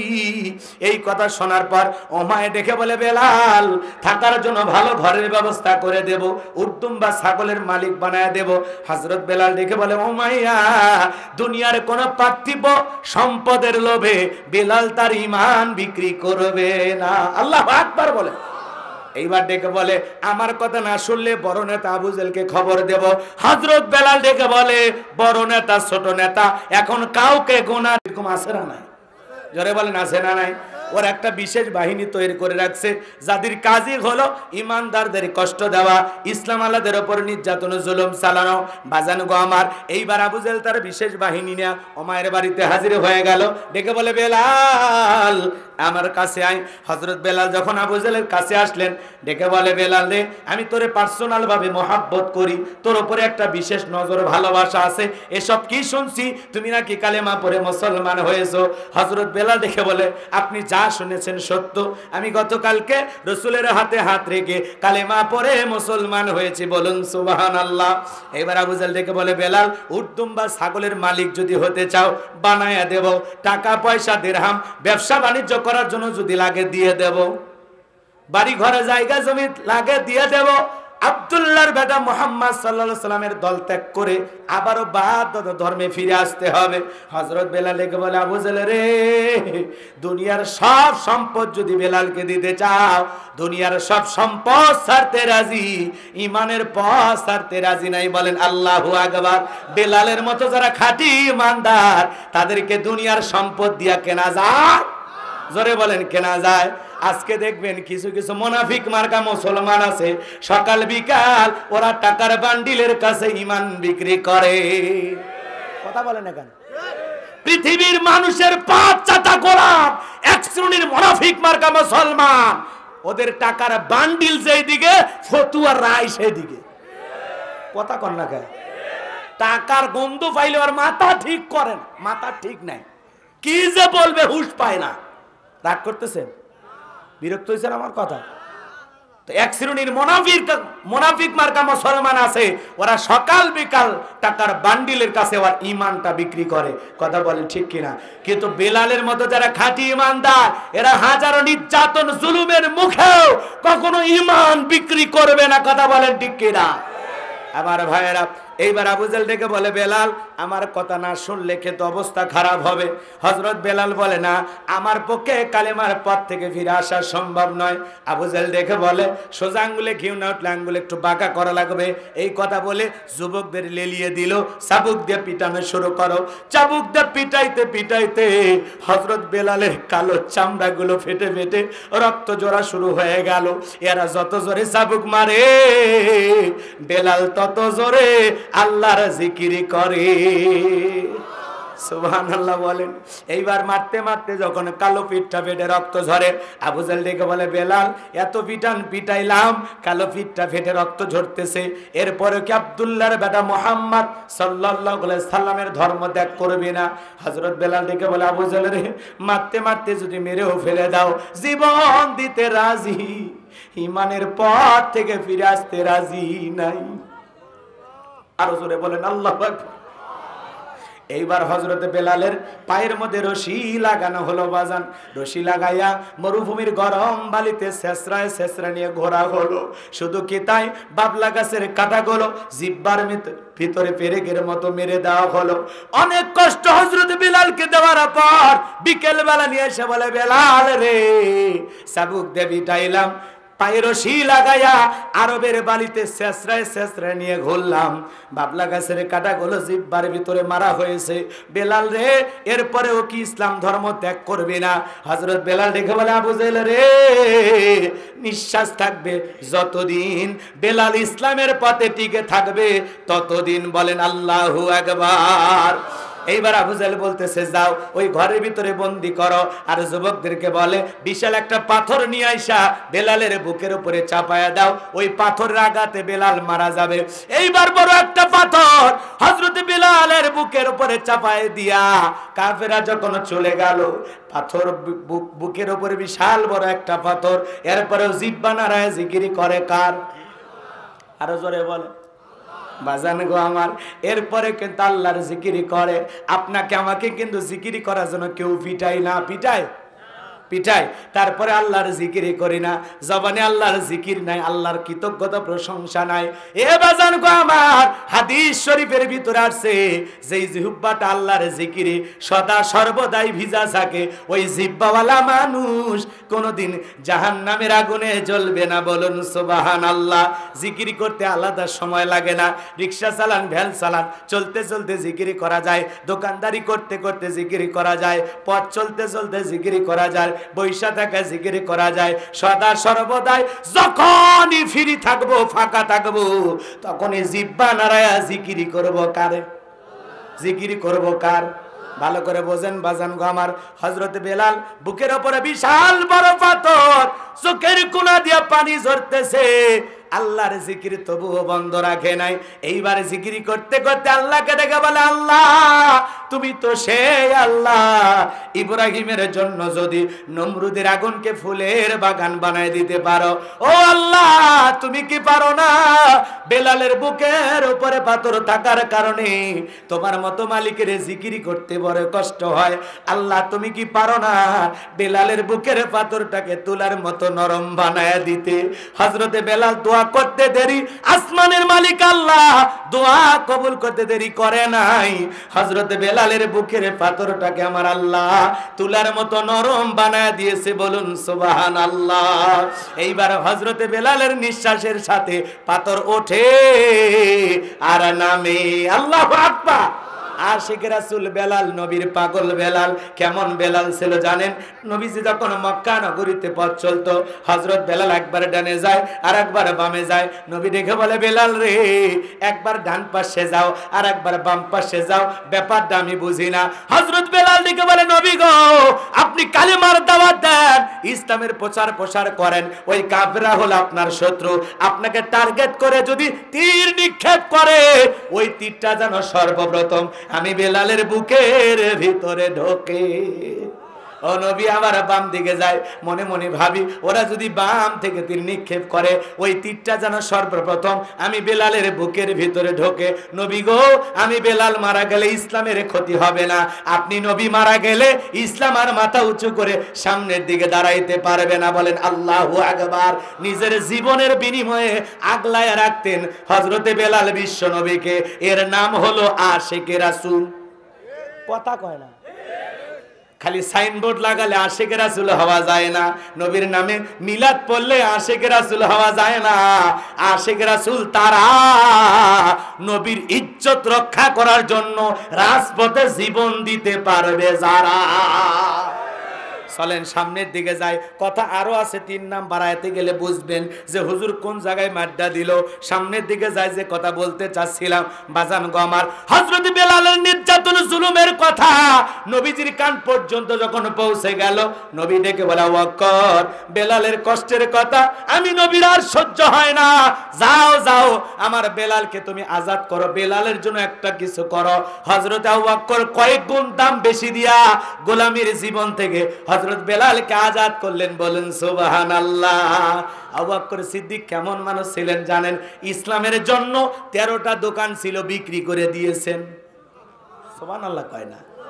13টা দোকান ছিল হযরত আবু বকরের, সব ইসলামের জন্য, মুসলমানদের জন্য বিক্রি করে দিয়েছে। সুবহানাল্লাহ বলেন। এমনি রাসূলের 1 নাম্বার সাহাবী। কথা কয় হ্যাঁ, ত্যাগ আছে বেশি, এজন্য নাম্বারের দিক দিয়েও 1 নাম্বার। কথা বোঝেন নাই? এই জন্য আমাদের তো ত্যাগ নাই, দিনের জন্য, ইসলামের জন্য, মসজিদ মাদ্রাসার জন্য টাকা তো দিতেই মন চায় না। আমাদের তো 13টা দোকান 26টা হয়। কথা কয় না? আমরাই এত খরচ করতে রাজি না। মন খারাপ করতেছেন, সামনের দিকে যাই, কষ্ট মনে নেবেন না বাজান। হযরত বেলালকে আজাদ করা হলো, মুক্ত করা হলো। বলেন সুবহানাল্লাহ। আমার ভাইয়েরা, নবীজির মনটা কেন খারাপ? একদিকে সন্তান হারানোর ব্যথা, কাফেরদের সমালোচনা, আবার সাহাবায়ে কেরামদের নির্যাতন, এই জন্য নবীজির মনটা ভারী। বলেন তো বাজান, নবীর যখন মন খারাপ, নবীকে সান্ত্বনা দেওয়ার দায়িত্ব কার? নবীর মা নাই, বাবা নাই, আমার আল্লাহ তখন আসমান থেকে ডেকে বলে, জিবরাইল আর করিস না দেরি, আমার বন্ধুর মনটা হয়েছে ভারী, লাহু মাহফুজ থেকে সূরা কাউসার নিয়ে যায় আমার বন্ধুকে সান্ত্বনা দিয়ে দাও তাড়াতাড়ি। আল্লাহু আকবার। বিশ্বনবী ডেকে বলে, আনাস আমার মনটা খারাপ কেন তোমরা জানো, কিন্তু আমার মুস্কি হাসি দেওয়ার কারণ হলো এই মাত্র আসমান থেকে জিবরাইল এসে আমার উপরে সূরা কাউসার নাজিল করলো। বলুন সুবহানাল্লাহ। নবী তখন সাহাবায়ে কিরামদের সামনে তেলাওয়াত করলেন। জবান ছেড়ে আরেকবার পড়ুন, ইন্না আ'তাইনাকাল কাউসার ফাসাল্লি লিরাব্বিকা ওয়ানহার ইন্না শানিয়াকা হুয়াল আবতার। আল্লাহু আকবার। খারাপ লাগে? বাবার হাত ধরে ছোটবেলায় মসজিদে গিয়েছিলাম, ইমাম সাহেবের কণ্ঠে আমরা সূরা ফাতিহা শুনেছি। 30, 40, 50 বছর ধরে যারা নামাজ আদায় করে, 5 ওয়াক্ত সালাত আদায় করে, কমপক্ষে দিনের মধ্যে 40 বারেরও বেশি সূরা ফাতিহা পাঠ করতে হয়। কেউ কি রাগান্বিত হয়ে বিরক্ত হয়ে বলেছে যে সূরা ফাতিহা পড়তে আর মজা লাগে না, ভাল লাগে না বলেছে কেউ? কোন ইমাম সাহেব কি বলেছে, ভাই 30 বছর ধরে ইমামতি করি, সূরা ফাতিহা দিয়ে নামাজ পড়ায়, কাল মাগরিব থেকে সূরা ফাতিহা আর পড়বো না, আমি ইখলাস দিয়ে শুরু করব। হুজুর যদি প্রথম রাকাত দিয়ে শুরু করে কুল হুয়াল্লাহু আহাদ, আপনারা পেছন থেকে কি বলবেন? আল্লাহু আকবার। ও হুজুর আগে সূরা ফাতিহা পড়েন, এরপরে অন্য সূরা ধরেন। আর যে হুজুর সূরা ফাতিহা ছাড়া ইমামতি করে নামাজ পড়াতে চায়, বিনা বেতনে চাকরি করলেও তার ইমামতিতে নামাজ পড়বো। কোরআনের ভিতরে আল্লাহ কি আকর্ষণ দিয়েছে, এতবার পড়ি তাও বিরক্ত লাগে না। সুবহানাল্লাহ বলবেন না? কি মধু, কি মজেজা আল্লাহ দিয়েছেন। জোরে পড়লেও মজা লাগে, টেনে পড়লেও মজা লাগে, আস্তে আস্তে পড়লেও মজা লাগে। কথা বলেন ঠিক কিনা? কখনো আকর্ষণ কমে না। মিশরের কারি আব্দুল বাসেত যখন কোরআন তিলাওয়াত করে কানটা ধরে টান মারে, মনে হয় কোরআন নাজিল হচ্ছে। সুবহানাল্লাহ বলেন।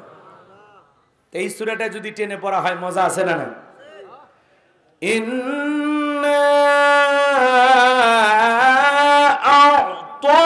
আ'তাইনাকাল কাউসার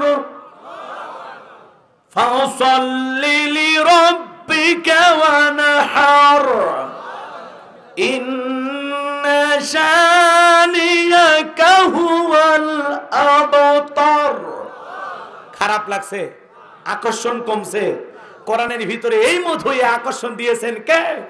সুবহানাল্লাহ বলেন। কোরআন হলো উম্মতে মুহাম্মাদের জন্য জীবন্ত মুজিজা। সুবহানাল্লাহ কয় না? আবার যখন আমরা নামাজের সুরে মাঝামাঝি সুরে পড়ি, ইন্না আ'তাইনাকাল কাউসার ফাসাল্লি লিরাব্বিকা ওয়ানহার ইন্না শানিয়াকা হুয়াল আবতার। খারাপ লাগে? অসুন্দর মনে হয়? লাগে না। আবার যখন রমজান মাসে আমরা খতম করা আশায় তাড়াহুড়ো করি পড়ি, বিসমিল্লাহির রহমানির রহিম, ইন্না আ'তাইনাকাল কাউসার ফাসাল্লি লিরাব্বিকা ওয়ানহার ইন্না শানিয়াকা হুয়াল আবতার আলিফ লাম মিম যালিকাল কিতাবু লা রাইবা ফি হুদাল লিল মুত্তাকিন। আল্লাহু আকবার। মজা আছে না নাই? আকর্ষণ কমে না। কোরআন যদি সহি শুদ্ধ করে পড়েন আকর্ষণ কমবে না। কিছু কিছু মানুষ আছে তিলাওয়াতের সাইজ ভালো না, অশুদ্ধ তিলাওয়াত। আলহামদুলিল্লাহ রাব্বিল আলামিন আর রহমানির রহিম আছে আছে। এই তেলাওয়াতে আপনার সালাত হবে না। নামাজ ভঙ্গের কারণ আছে 19টি। তার 1 নাম্বার, নামাজের ভিতরে অশুদ্ধ তিলাওয়াত করলে, ভুল তিলাওয়াত করলে আপনার নামাজ হবে? তিলাওয়াত যদি সহি শুদ্ধ না হয় আপনার সালাত হবে? হবে না। তিলাওয়াত সহি শুদ্ধ করতে হবে। আউজিদ আলাইহি ওয়ারাতিলিল কুরআনা তারতিলা। কোরআনকে তার তিলের সহিত স্পষ্ট করে ধীরে ধীরে সুন্দর করে থেমে থেমে তিলাওয়াত করতে হবে। এই অর্ডার কার? তিলাওয়াতের দিক দিয়ে কিন্তু বিশ্ব চ্যাম্পিয়ন হলো মহিলারা। মা বোনেরা যদি তিলাওয়াত করে, বাপ রে বাপ, আলিফ লাম মিম যালিকাল কিতাবু লা রাই আছে আছে। মনে রাখবেন এই কোরআন তিলাওয়াতকারীর পক্ষে সুপারিশ করবে, আবার তিলাওয়াতকারীকে লানত করবে। কথা কয় না? তাহলে কোরআনের সুপারিশ নিতে চান, তাহলে কোরআনকে সহি শুদ্ধ করে পড়তে হবে, সুন্দর করে তেলাওয়াত করতে হবে। কোরআনের ভিতরে যে আকর্ষণ দিয়েছে আল্লাহ সেটা বুঝে পড়তে হবে। কথা বলেন ঠিক কি না? তাহলে কোরআন জোরে পড়লেও মজা লাগে, টেনে পড়লেও মজা লাগে, থেমে পড়লেও মজা লাগে, কথা কয় না কেন? কিন্তু একটা গান 2 দিন 3 দিন 4 দিন শোনার পর অত মজা লাগে? এ রাগ করতেছেন আপনারা? এক শিল্পী এসে গান গেল, কয় 3 দিন তোর বাড়িতে গেলাম দেখা পেলাম না। মানুষ কয় 3 দিন যায়ও দেখা হয় না। ওই শয়তানের সাথে সম্পর্ক রাখলে গাড়ি ভাড়া দিতে দিতে জীবন শেষ। যে হরতাল অবরাতের দিন গাড়ি ভাড়া কম না বেশি, মানুষ কয় ওর সাথে সম্পর্ক চলবি না। আর এক শিল্পী এসে গান গাইলো, কয় দেখা না হলে একদিন বুকের ভিতর করে চিন চিন। মানুষ কয় মারাত্মক রোগ, যখন তখন পড়বি আর মরবি, হাসপাতালে নেওয়ারও টাইম দিবি না। মার্কেট থেকে ওই গানও শেষ, কথা কর না কে? এমনি উদাহরণ দিতেছি বুঝানোর জন্য, রাগ করতেছেন আপনারা? এক শিল্পী এসে গান গেল, কাল তো ছিলাম ভালো আজ আমার কি হলো, সে কথা বলবার পারি না।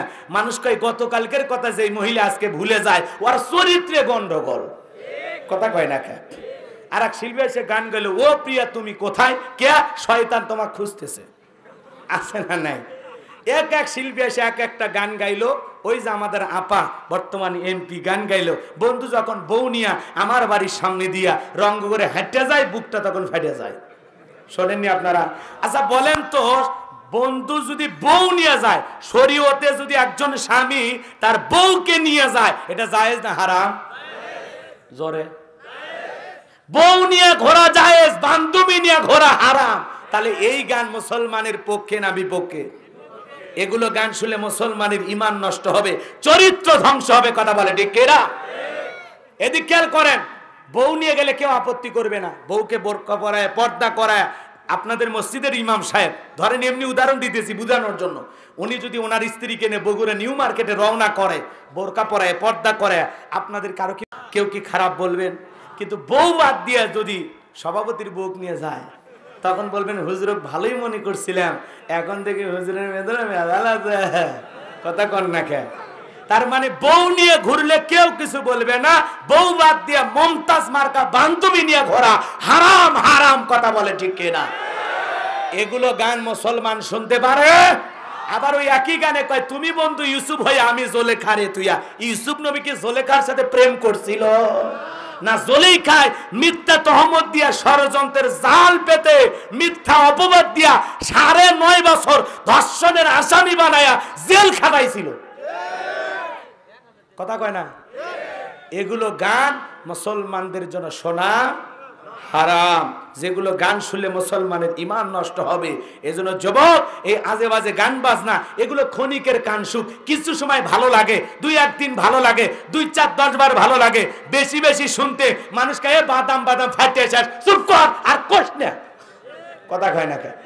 এক গান 10 দিন 20 দিন 5 দিন 10 দিন শোনার পর মানুষকে বন্ধ করে, ও প্যানপেনি বন্ধ কর। রাগ করতেছেন নাকি? এই জন্য বাজান আপনাদের উদ্দেশ্যে বলি, আবার শিল্পী যেভাবে গান গাইছে, ও প্রিয় ও প্রিয় তুমি কোথায়, ওইভাবে না কয়া যদি কেউ ও প্রিয় ও প্রিয় তুমি কোথায়, তার শীর্ষে রে, কথা কয় না? আবার যদি ওটা টানে টানে ও প্রিয়, মানে মানুষকে পাগলা নাকি রে? এটা একটা গানের সুর, ওই যে হিরো আলমের মতো, বোঝেননি? ওই গানের সুর জানো আর না জানো, ওই ফিলিস্তানি করে নিয়ে গান গাচ্ছে, কথা কয় না? ওর মানে কোনো ইস্যু বাদ নাই। বাপ রে বাপ, এটা বাংলাদেশের একটা শিল্পী গো, কথা কয় না কে? রাগ করতেছেন?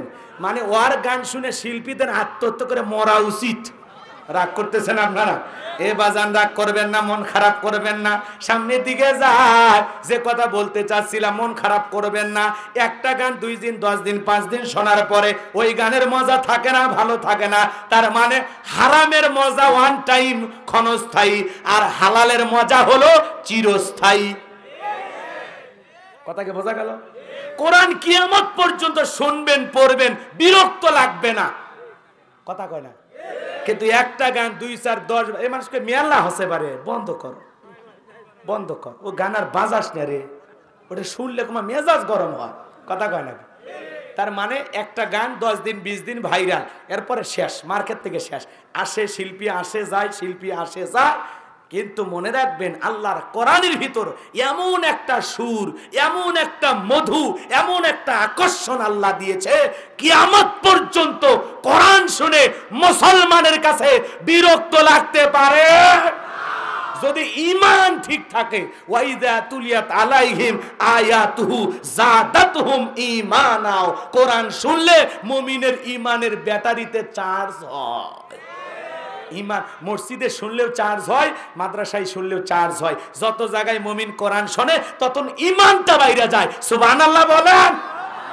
রাগ করতেছেন আপনারা? অনেকে আবার কয় হুজুর চার্জের কথা বলেন, এই যে মোবাইল আমি 30,000 50,000 টাকা দিয়ে কিনি, কোনো সমস্যা নাই। এখানে লেখা আছে কত পার্সেন্ট চার্জ, 100%। কমতে কমতে কমতে কমতে জিরো হয়ে মোবাইল বন্ধ হবে কিনা?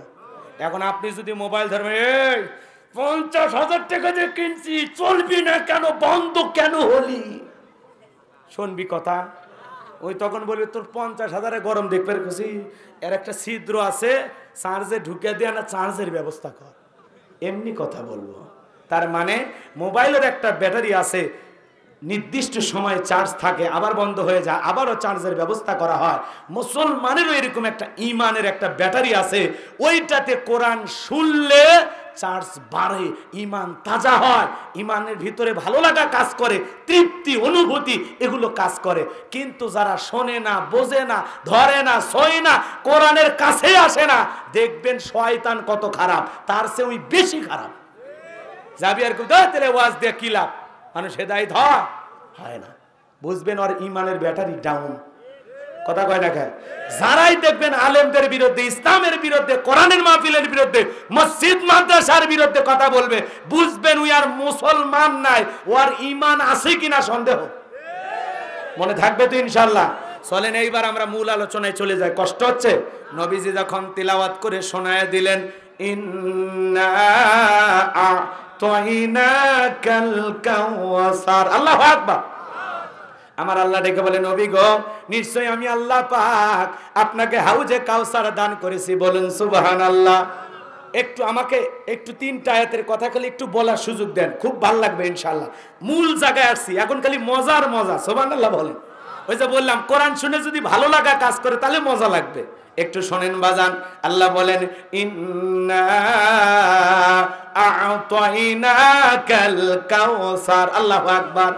আমার আল্লাহ ডেকে বলে, নিশ্চয় আমি আল্লাহ পাক আপনাকে হাউজে কাউসার দান করেছি। অবশ্যই আপনাকে হাউজে কাউসার দান করেছি নবী গো। দুনিয়ার কোন নবী রাসূলকে আমি আল্লাহ পাক হাউজে কাউসার দান করি নাই। আমি আমার বন্ধু মুহাম্মদ রাসূলুল্লাহ সাল্লাল্লাহু আলাইহি সাল্লামকে হাউজে কাউসার গিফট করেছি, বলুন সুবহানাল্লাহ। নবীকে হাউজে কাউসার দান করেছেন কে? এই হাউজে কাউসারের পানি মধুর চাইতে মিষ্টি, পানির চাইতেও ক্লিয়ার। কঠিন কিয়ামতের ময়দানে যেদিন মানুষের জিহ্বা কুকুরের মতো ঝুলে আসবে নাভি পর্যন্ত, যেদিন মা তার সন্তানের পরিচয় দেবে না, স্বামী তার স্ত্রী পরিচয় দেবে না, ভাই ভাইয়ের পরিচয় দেবে না, যেদিন আল্লাহর আরশের ছায়া ছাড়া আর কোনো ছায়া থাকবে না, যেদিন সূর্য সহাত মাথার উপরে চলে আসবে, জমিনটা হয়ে যাবে তামার জমিন, যেদিন মানুষ উলঙ্গ হয়ে বিচার দিবসে উঠবে, ওই কঠিন কিয়ামতের ময়দানে আমার বাজান, ওই বিচার দিবসের একদিন হবে 50,000 বছরের সমান। ওই দিন রসুলের হাতে এক পেয়ালা হাউজে কাউসারের পানি যে পান করবে, জান্নাতে ঢোকা পর্যন্ত তার আর তৃষ্ণা লাগবে না। একটু জোরে কোন সুবহানাল্লাহ। রসুলের হাতে এক পেয়ালা হাউজে কাউসারের পানি যদি কেউ পান করতে পারে, জান্নাতে ঢোকা পর্যন্ত তার আর কোনো তৃষ্ণা লাগবে না। আল্লাহর আরশের নিচে শাসিরুনির মানুষ ছায়া পাইবে।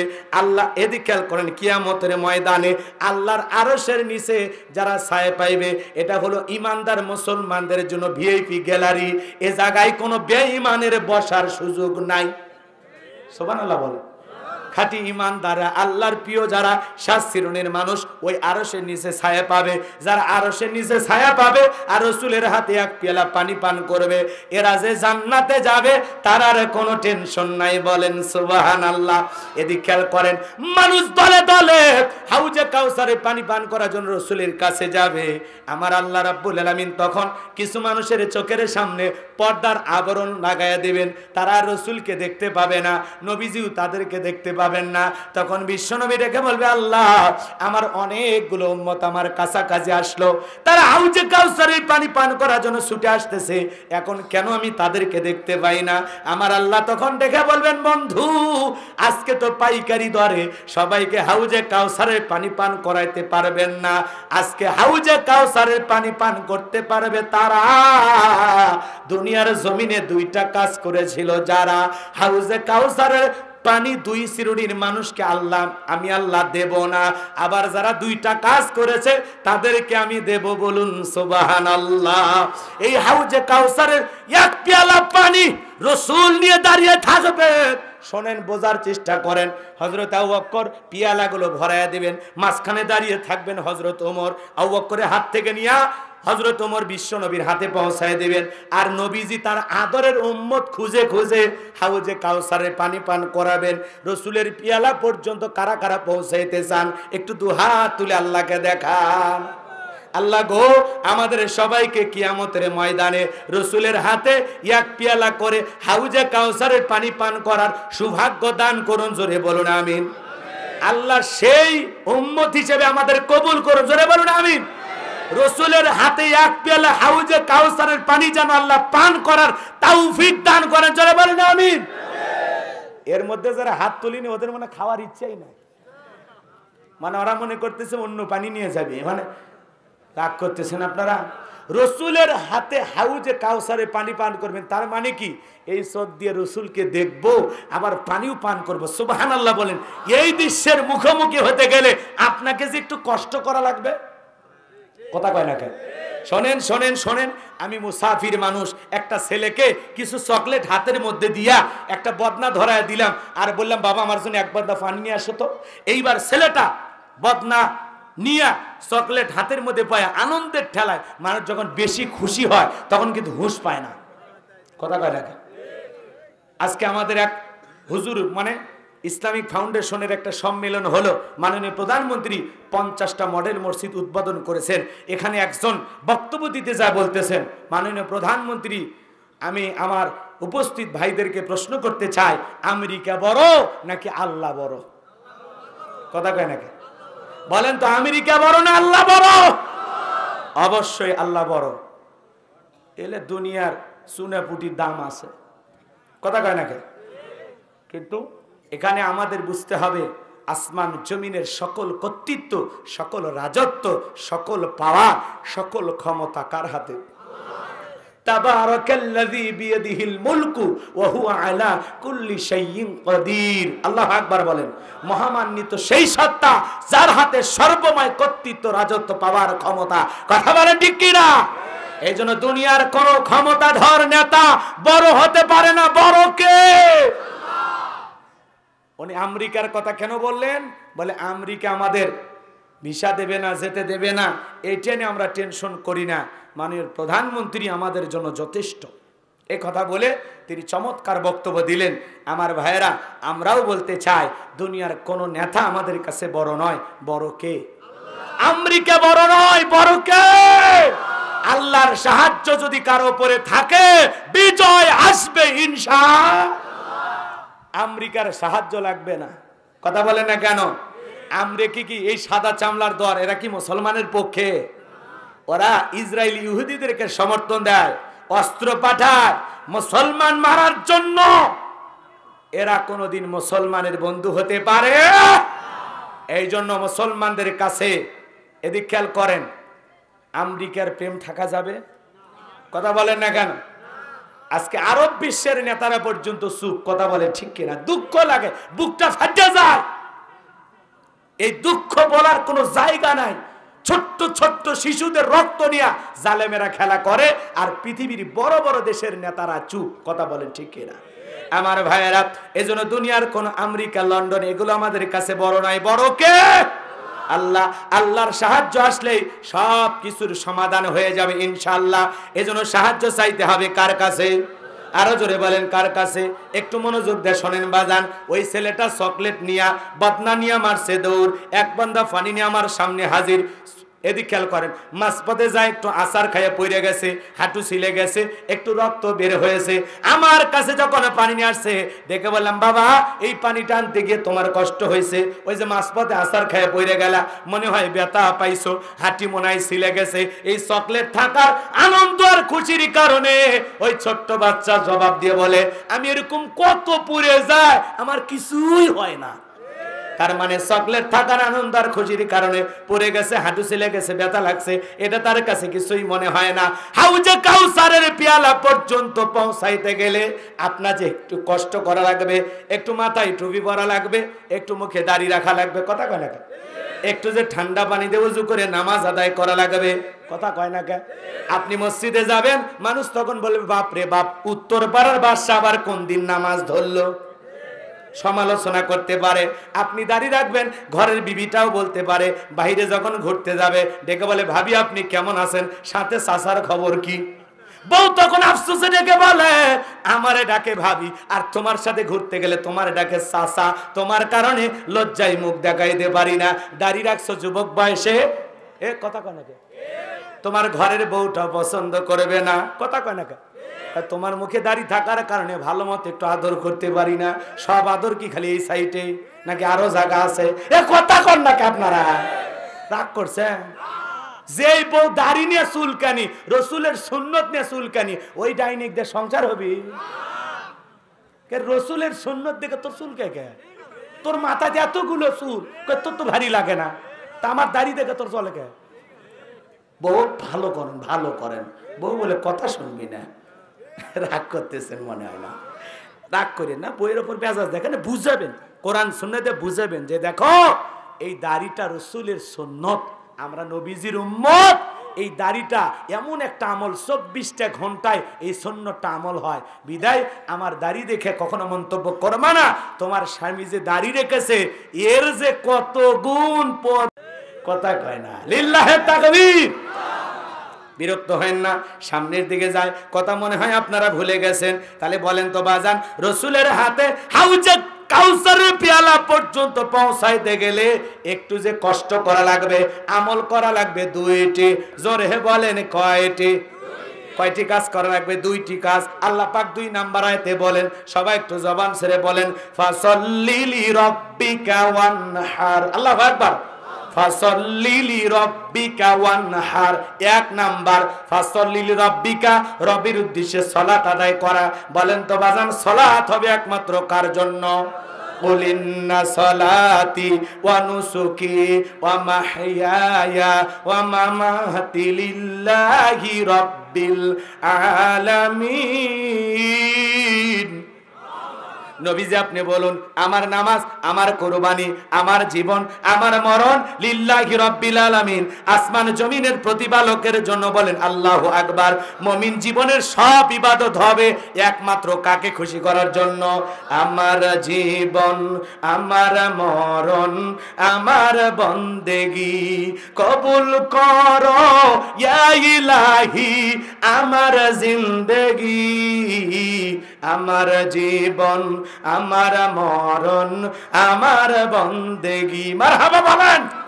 তাহলে বলেন তো আল্লাহ পাক কি বলেন? ফাসাল্লি লিরাব্বিকা, রবের উদ্দেশ্যে সালাত, নামাজ হবে একমাত্র কাকে রাজি খুশি করার জন্য? قد أفلح المؤمنون الذين هم في صلاتهم خاشعون। অবশ্যই মুমিনেরা সফল যারা নিজেদের সালাত বিনয়ের সহিত, নম্রতার সহিত আল্লাহর ভয় নিয়ে আদায় করে, খুশু খুশু ভাব নিয়ে আল্লাহর ভয়ে সালাত আদায় করার দরকার আছে না নাই? তাহলে 5 ওয়াক্ত সালাত আদায় করব কার ভয়ে? নামাজ নামাজের মতো হওয়া লাগবে, নামাজটা হওয়া লাগবে একমাত্র আল্লাহকে রাজি খুশি করার জন্য। ওয়াল্লাযীনা ইয়াবিতুনা লিরাব্বিহিম সুজদান ওয়া কিয়ামা, যারা রাত্রি জাগরণ করে আমি আল্লাহকে সিজদা দেয়, আমি আল্লাহর জন্য দণ্ডায়মান থাকে। তাহলে মুমিনেরা শুধু 5 ওয়াক্ত নামাজ পড়বে না, গভীর রাতে তাহাজ্জুদের সালাত আদায় করবে। এই গভীর রাতের নামাজ আল্লাহর সাথে একটা গভীর প্রেমের সম্পর্ক পয়দা করে দেয়। সুবহানাল্লাহ বলেন। এ যুবকে শোনো শোনো শোনো, রাতের 1টা 2টা 3টার দিকে উঠা আরামের বিছানা ত্যাগ করে, বিবির ভালোবাসা ত্যাগ করে, ঠান্ডা পানিতে ওযু বানাইয়া যেই লোকটা যায় নামাজ নিয়ে রাতের 2টা 3টার দিকে দাঁড়ায়া গেল, এই নামাজ কাকে খুশি করার জন্য? দুনিয়ার কাউকে খুশি করার জন্য নয়, একমাত্র রবের ভালোবাসায়, আল্লাহর ভালোবাসায়, আল্লাহকে পাওয়ার জন্যই। কথা কয় না কেন? এই ইবাদত দুনিয়ার কাউকে খুশি করার জন্য। যুবক, এই যুবক, এই জন্য যুবকেরাও কিন্তু রাত জাগে, তবে সিজদা দিয়া না, নামাজ পড়ে না। ওরা রাত জাগে ইমো মেসেঞ্জারে বান্ধবীর সাথে কথা বইলা, কথা কয় না? সারা রাত ইমো মেসেঞ্জারে বান্ধবীর সাথে কথা বইলা বইলা রাত পার করে দেয়। ফজরের আজান হয় যখন, ওই হাইব্রিড যুবক ঘুমাইতে যায় তখন নামাজ পড়ে না। যুবক রে, এই ঘুম ভাঙলে সকাল, না ভাঙলে পরকাল। তোমার মতো কত যুবক ঘুমাইলো আর ঘুম থেকে জাগ্রত হতে পারলো? এই জন্য যুবক, নামাজ পড়ে ফজরের নামাজ কাজা করা যাবে না। যুবক, ফজরের নামাজ তোমার চেহারাতে কোনো ক্রিম মাখা লাগবে না, এমনি উজ্জ্বলতা আল্লাহ ফুটে তুলবে। সুবহানাল্লাহ বলেন।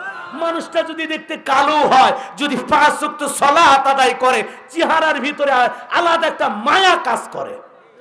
সুবহানাল্লাহ বলেন। আহা আহা, আল্লাহর ইবাদত না করলে আপনার চেহারার সৌন্দর্য আসবে না।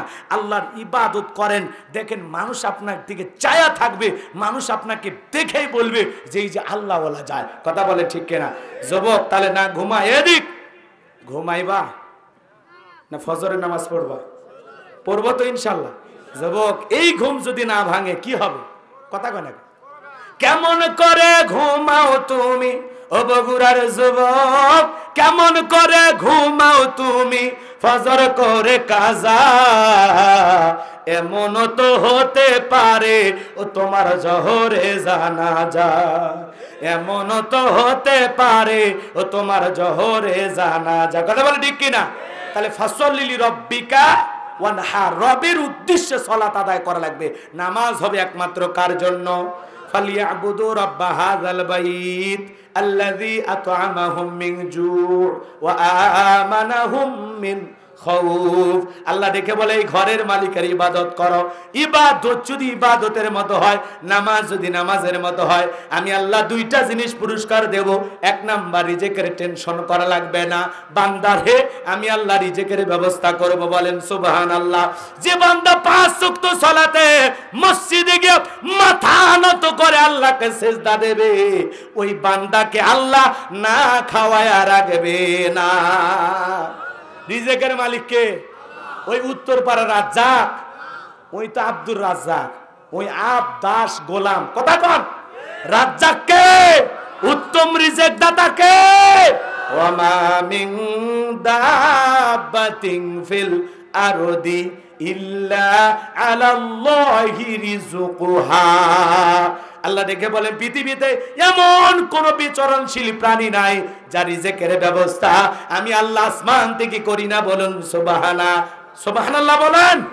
আল্লাহ তাআলা ডেকে বলেন ওই আটলান্টিক মহাসমুদ্রে 33,000 ফিট গভীরতার পানি নিচে থাকা ছোট্ট একটা প্রাণী, তার রিজেকের ব্যবস্থা আমি আল্লাহ আসমান থেকে করি। কথা বলেন না কেন?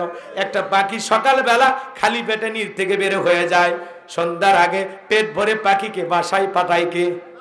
কথা কর না কে? একটা ভ্যানওয়ালা রিক্সাওয়ালা সকালবেলা খালি পেটে বের হয়ে যায়, সন্ধ্যার মধ্যে পকেটের মধ্যে 500-700 টাকার ব্যবস্থা করে দেয় কে? এজন্য বাজান, আল্লাহ রিজেকের ব্যবস্থা করবেন। রিজেক নিয়ে পেরেশানি করে দুনিয়ামুখী হওয়া যাবে না। কথা কি বোঝা গেল? এই লোভ লালসা আল্লাহর পথ থেকে আপনাকে আমাকে কিন্তু বিমুখ করবে। এজন্য আল্লাহ বলেন ফাসল্লি লিরাব্বিকা ওয়ানহার, রবের উদ্দেশ্যে সালাত আদায় করা লাগবে। নামাজ পড়তে হবে একমাত্র আল্লাহর জন্য। যদি আল্লাহর জন্য সালাত আদায় করতে পারি, আল্লাহ ডেকে বলে এই ঘরের মালিকের ইবাদত করো। যদি করতে পারো, রিজেকের ব্যবস্থা করব। আর 2 নাম্বার, সকল ভয় থেকে আমি আল্লাহ নিরাপদ জীবন দান করব। বলুন সুবহানাল্লাহ।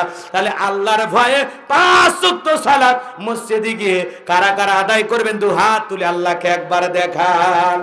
আল্লাহ গো, আমাদের সবাইকে 5 ওয়াক্ত সালাত মসজিদে গিয়ে জামাতের সহিত আদায় করার তৌফিক দান করুন। জোরে বলুন আমিন। নামাজ পড়বো তো ইনশাআল্লাহ। হ্যাঁ, নামাজ পড়বেন, হাউজে কাউসারের পানি পান করবেন। আল্লাহ কবুল করেন। জোরে বলেন আমিন। এইবার ওয়ানহার, কুরবানি করা। ফাসল্লি লিরাব্বিকা ওয়ানহার, যে রবের জন্য সালাত, সেই রবের জন্যই কুরবানি। কথা কন, ফাসল্লি লিরাব্বিকা ওয়ানহার, আগে নামাজ পড়, তারপরে কুরবানি কর। কথা কয় না কে? এদিক খেয়াল করেন। তাহলে ওয়ানহারে কুরবানি করা, কুরবানি করা মানে নিজের আমিত্বকে কুরবানি করা। এই 3 নাম্বার আয়াতের ওয়াজ এসে গেছে।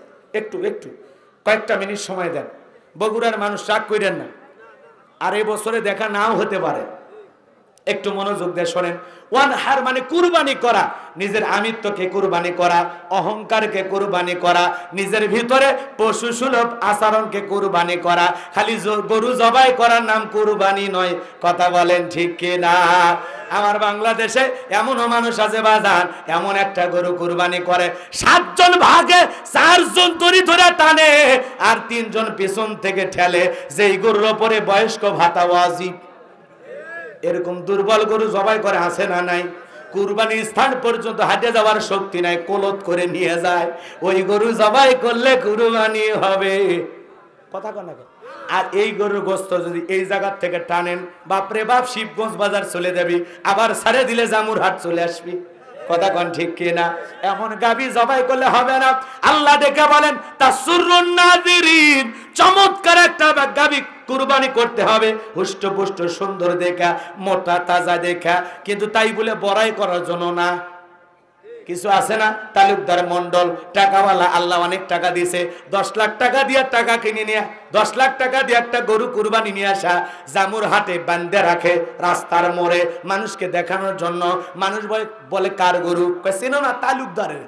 কয় বাপ রে বাপ, তালুকদার কত দিয়ে কিনছে? কয় 10 লাখ। কয় ঠকেন নাই তালুকদার সাহেব, জিতছেন। তালুকদার কয় আমি ঠকার মানুষ। যে পিছনে যে রান দেখা যায়, 1 রানেই তো 6 মণ গোস্ত। যারা কুরবানির পশু কিনে নিয়ে আসা কোথায় কি পরিমাণে গোস্ত হবে হিসাব নিকাশ করে, এদের কুরবানি কবুল হবে?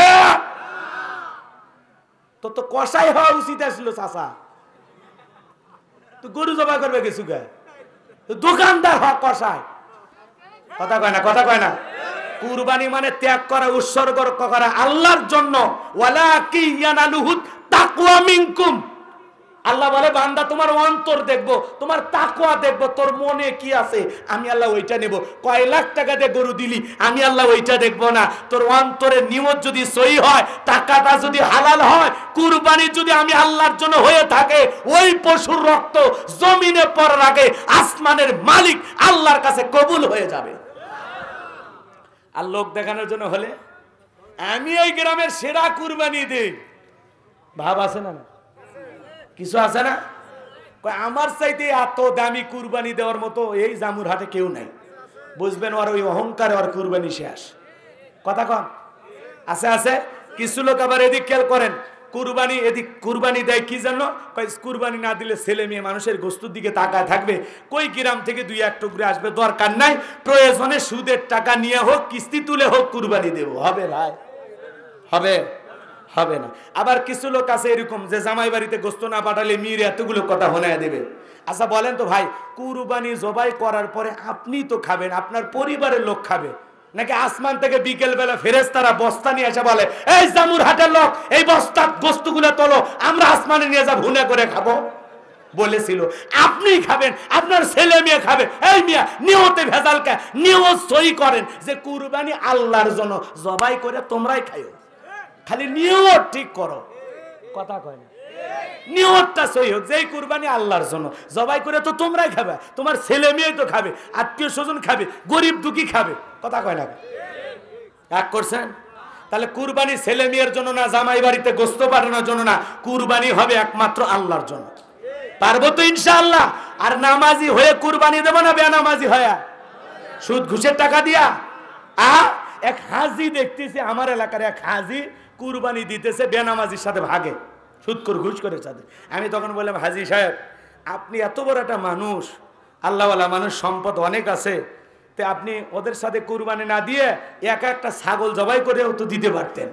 কয় ছাগলের গোশত বাড়িতে কেউ খায় না, গরুর গোস্ত খাওয়ার আশায় সুদখোর, ঘুষখোর, বেনামাজি, মাদারু, জুয়ারু, তাসারু ওদের সাথে কুরবানি দিচ্ছে।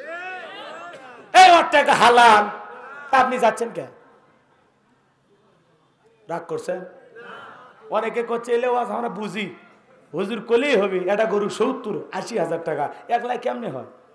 আর খাসির গোস্ত খাওয়া যায় না, গন্ধ, চুল। এই মকবুল তোর উদ্দেশ্য কি? খাসির গোস্ত খাওয়া নাকি আল্লাহকে খুশি করা?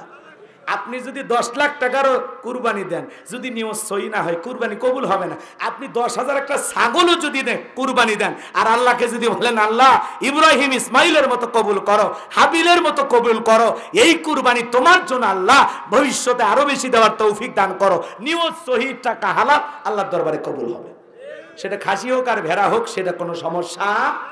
আল্লাহ আমাদের বুঝ দান করুক। জোরে কোন আমিন, আরো জোরে বলেন আমিন। আল্লাহ যে আমাদেরকে কত ভালোবাসে আপনি জানেন?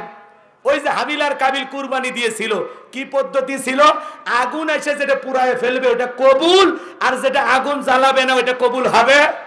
ওই পদ্ধতি যদি একই নিয়ম বাংলাদেশে থাকে, কত হুজুরের কত নেতার, তখন মানুষ বলতো দেখে ভালো লোকই মনে হয়, এখন দেখি টাকার ভিতর ভেজাল, আসমান থেকে আগুনও আসে না, কুরবানিও পোড়ায় না।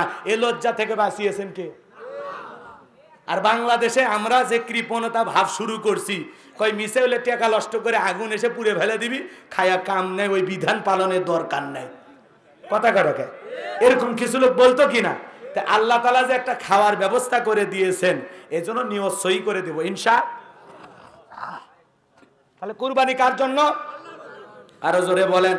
তাহলে আল্লাহ বলেন ফাসল্লি লিরাব্বিকা ওয়ানহার, রবের উদ্দেশ্যে সালাত আদায় করো, রবের উদ্দেশ্যে কুরবানি করো। এই দুইটা কাজ যারা একমাত্র আল্লাহকে রাজি খুশি করার জন্য করবে, তাদের জন্যই হাউজে কাউসারের পানির বরাদ্দ। বলেন সুবহানাল্লাহ। 3 নম্বর আয়াতে আল্লাহ বলেন ইন্না শানিয়া কাহুয়াল আবতার। আল্লাহু আকবার। আমার আল্লাহ ডেকে বলেন নবী গো, মন খারাপ করবেন না। ও নবী আপনি চিন্তা করবেন না, আপনাকে কাফের বেঈমানরা লেসকাদানির বংশ বলে। ও নবী আপনি মনের মধ্যে কষ্ট নেবেন, তারা হবে আপনার রূহানি সন্তান। আরো জোরে বলেন সুবহানাল্লাহ। রাসূলের রূহানি সন্তান কারা? আমরা। সুবহানাল্লাহ বলেন। এদিক খেয়াল করেন। তাহলে বলেন তো বাজান, আল্লাহ তাআলা রাসূলের সন্তানগুলোকে শিশুকালে নিয়েছেন। আজকে পৃথিবীতে 200 কোটি মুসলমান সবাই রাসূলের রূহানি সন্তান। এই জন্য রাসূল হলেন আমাদের রূহানি পিতা। সুবহানাল্লাহ বলেন। সেই নবীকে নিয়ে যদি কেউ গালি দেয় সহ্য করা যায়? কথা বলে না কেন? নবীজির অপমানে যদি না কাঁদে তোমার মন, মুসলিম নয় তুমি মুনাফিক, নবীজির দুশমন। ফ্রান্সের জালেমেরা হোক আর ওই আসাদ নূর হোক, পৃথিবীর যত বড় বড় নাস্তিকেরা কথা বলবে, ওদের বিরুদ্ধে মুসলমানকে প্রতিবাদ করতে হবে। যেই নাস্তিক বেঈমানেরা রাসূলের চরিত্র নিয়ে কথা বলবে, রাসূলকে নিয়ে কুরুচিপূর্ণ মন্তব্য করবে, ওই জালেমদের বিরুদ্ধে প্রতিবাদ করার জন্য মুসলমানকে ঐক্যবদ্ধ হওয়ার দরকার আছে না? না। তুমি আমার বাপকে গালি দাও আমি সহ্য করব, মাকে গালি দাও সহ্য করব, আমার নেতাকে গালি দাও আমি সহ্য করব, আমার দলকে গালি দাও আমি সহ্য করব। কিন্তু বিশ্বনবী হলেন আমাদের কলিজার টুকরা। নবীকে নিয়ে যদি কেউ বাজে মন্তব্য করে, নবীকে নিয়ে কুরুচিপূর্ণ মন্তব্য করে, প্রয়োজনের বুকের উপরে সইরা জিহ্বা টান দিয়ে ছিঁড়া কুকুরকে খাওয়ায় দেব। কথা বলেন ঠিক কিনা? নবীজির অপমান কথা বলেন না কেন? এই জন্য বাংলার জমিনে শুধু নয়, পৃথিবীর যে কোনো দেশ থেকে রাসূলকে নিয়ে যদি কেউ বাজে মন্তব্য করে, অকথ্য ভাষায় নবীকে গালিগালাজ করে, আশিকে রাসূলের উম্মত হিসাবে, নবীর প্রেমিক হিসাবে, নবীর রূহানি সন্তান হিসাবে যদি ওই নাস্তিক বেঈমানদেরকে দুনিয়ার জমিন থেকে বিদায় করে দেওয়ার জন্য ডাক আসে, সেইটাকে কারা কারা জীবন দিতে রাজি? দুহাত তুলে দেখা। লিল্লাহে তাকবীর। রাসূলের প্রেমিক আমরা। কথা বলেন না কেন? এদিক খেয়াল করেন। নবীজির অপমান মেনে নেওয়া যাবে? মানি না, মানব না, মানতে পারি না। আল্লাহ রাসূলের অবমাননা মানি না, মানব না, মানতে পারি না। আল্লাহ রাসূলের অবমাননা, অবমাননাকারীরা রক্ষা পাবে না। মানি না, মানব না, মানতে পারি না। আল্লাহ রাসূলের অবমাননা। কথা বলে ঠিক কি না? বিশ্ব নবীর উম্মতেরা নাও হাতে শমশির, খতম করো আবু জেহেলের নাতিপুতি সাগরিদ। বিশ্ব নবীর উম্মতেরা নাও হাতে শমশির, খতম করো আবু জেহেলের নাতি পুত্রী সাগরিদ, নাস্তিকদের আস্তানাতে আগুন জ্বালাও না, মানি না মানব না মানতে পারি না, আল্লাহ রাসূলের অবমাননা। বিশ্বের মুসলমানরা জেগে উঠেছে, নাস্তিকদের লেজ গুটিয়ে পালাতে হবে। বাংলার মুসলমানরা জেগে উঠেছে, নাস্তিকদের লেজ গুটিয়ে পালাতে হবে, নইলে তাদের হবে আজ কবর রচনা। মানি না মানব না মানতে পারি না, আল্লাহ রাসূলের অবমাননা। বিশ্ব নবীকে ব্যঙ্গ করে করলো সিনেমা, এর জন্য দায়ী থাকবে বারাক ওবামা। নবীজিকে ব্যঙ্গ করে করলো সিনেমা, এর জন্য দায়ী থাকবে বারাক ওবামা। বুশের মতো জুতা খাইতে টাইম লাগবে না, ওই নাস্তিকদের বুশের মতো জুতা খাইতে সময় লাগবে না। মানি না মানব না মানতে পারি না, আল্লাহ রাসূলের অবমাননা। মানি না মানব না মানতে পারি না, আলেম ওলামার অবমাননা। মানি না মানব না মানতে পারি না, আল্লাহর কোরআনের অবমাননা। কথা বলে ঠিক কি না? রাগ করতেছেন? রসুলকে গালি দিয়েছিল ওলীদ বিন মুগীরা। কে কে কে? ওলীদ বিন মুগীরা নবীকে অকাত্য ভাষায় গালিগালাজ করতেছে। আল্লাহ আসমান থেকে আয়াত নাজিল করে বলেন, উতুল্লিম বাদা যালিকা জানিম। ও নবী, এই ওলীদ বিন মুগীরা আপনাকে গালি দেয় কারণ এই ওলীদ বিন মুগীরা হলো পিতৃ পরিচয়হীন জারোর সন্তান, একটা বাস্টার্ড, এর জন্মের ঠিক নাই। কথা বলে না কেন? এদিক খেয়াল করেন, আরবের মানুষ আরবি বোঝে না। যখন বুঝতে পারছে ওলীদ বিন মুগীরা যে রসুল আমাকে এই কথা বললেন, আমি পিতৃ পরিচয়হীন জারোর সন্তান, তখন ডেকে বলে, নবী এত বড় কথা, আপনি থাকেন আমি বাড়িতে যাই। বলেন তো ছেলেটা বৈধ না অবৈধ জানে কে? হ্যাঁ, ফ্যাক্টরির মালিক মা। কথা বলেন ঠিক কিনা? এইবার তার মায়ের নাম ছিল ঝর্ণা।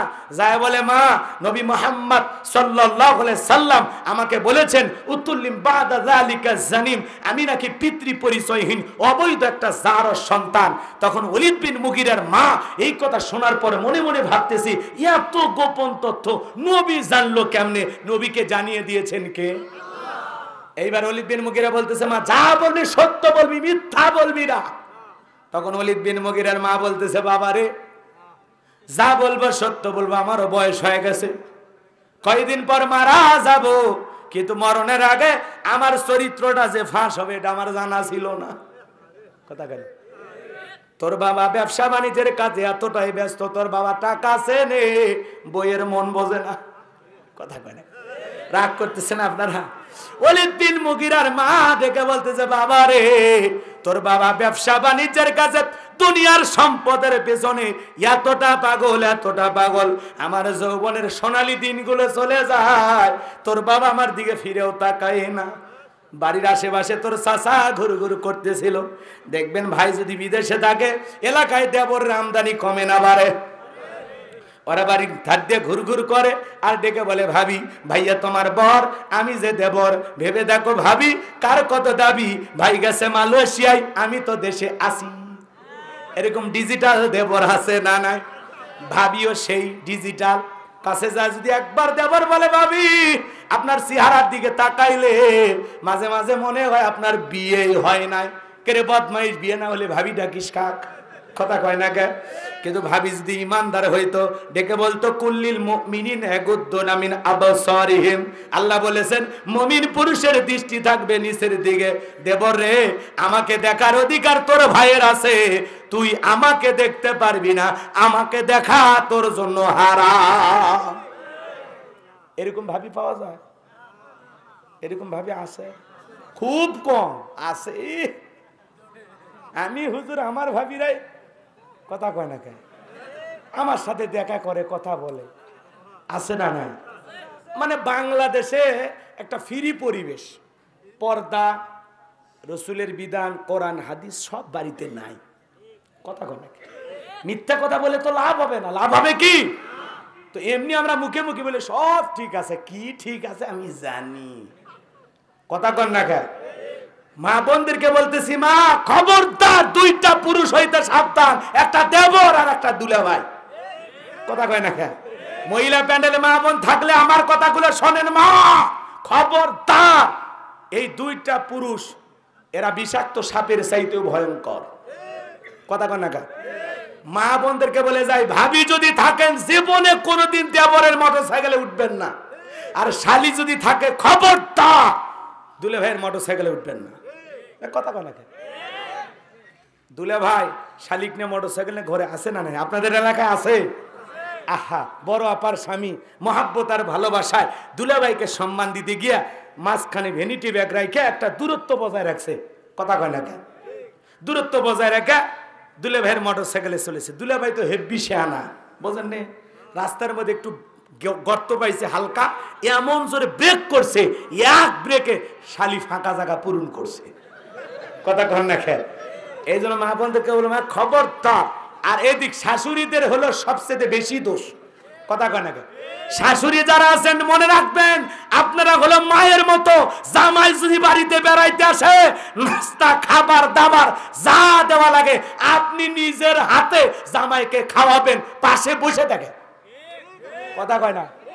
আপনি হলো মায়ের মতো। আপনি যা বলবেন, বাবা কেমন আছো, আমার মেয়েটা কেমন আছে, তোমার ব্যবসা বাণিজ্যের কি খবর, বাবা দিন দিন শুকায় যাচ্ছে, একটু ঠিক মতো খাওয়া দাওয়া করো। আপনি মায়ের মতো, আপনি মায়ের মতো। আপনি জামাইকে খাওয়াইলে, আপনি জামাইয়ের পাশে বসে থাকলে, আপনি খাবার দাবার তুলে দিলে কোনো দোষ নাই। কথা কয় না? জামাই শাশুড়ি দেখা করা জায়েজ না হারাম? জায়েজ। কিন্তু আমার দেশের শাশুড়িরা হলো বোকা বোকা বোকা। এরা কি করে, নাস্তার একটা প্লেট সাজাইয়া যুবতী 14 বছর 16 বছরের শালিকে বলে, তোর দুলাভাই আসছে নাস্তাটা দিয়ে আয়। কি সর্বনাশটা করলো। কথা কন না? এখন এই যুবতী শালি যখন দুলাভাইয়ের সামনে নিয়ে যা বলে, দুলাভাই আম্মু দিয়েছে নাস্তা খাইতে, আপনি খান। তখন বলে, এই পাগলি, আমি কি নাস্তা খাওয়ার জন্য আসি? আমি তো আসি তো দেখার জন্য রে।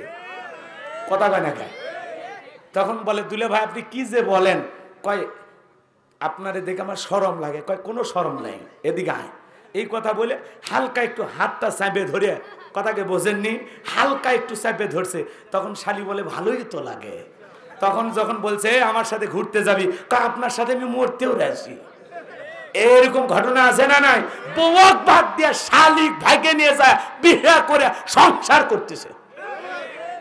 বউ মরলে শালি যাইস রে, বউ মরলে তাই বলে মারিয়ে ফেলে দিস না। বিয়ে করলে বউ ভাল লাগে না, শালি ভাল লাগে। কথা কন?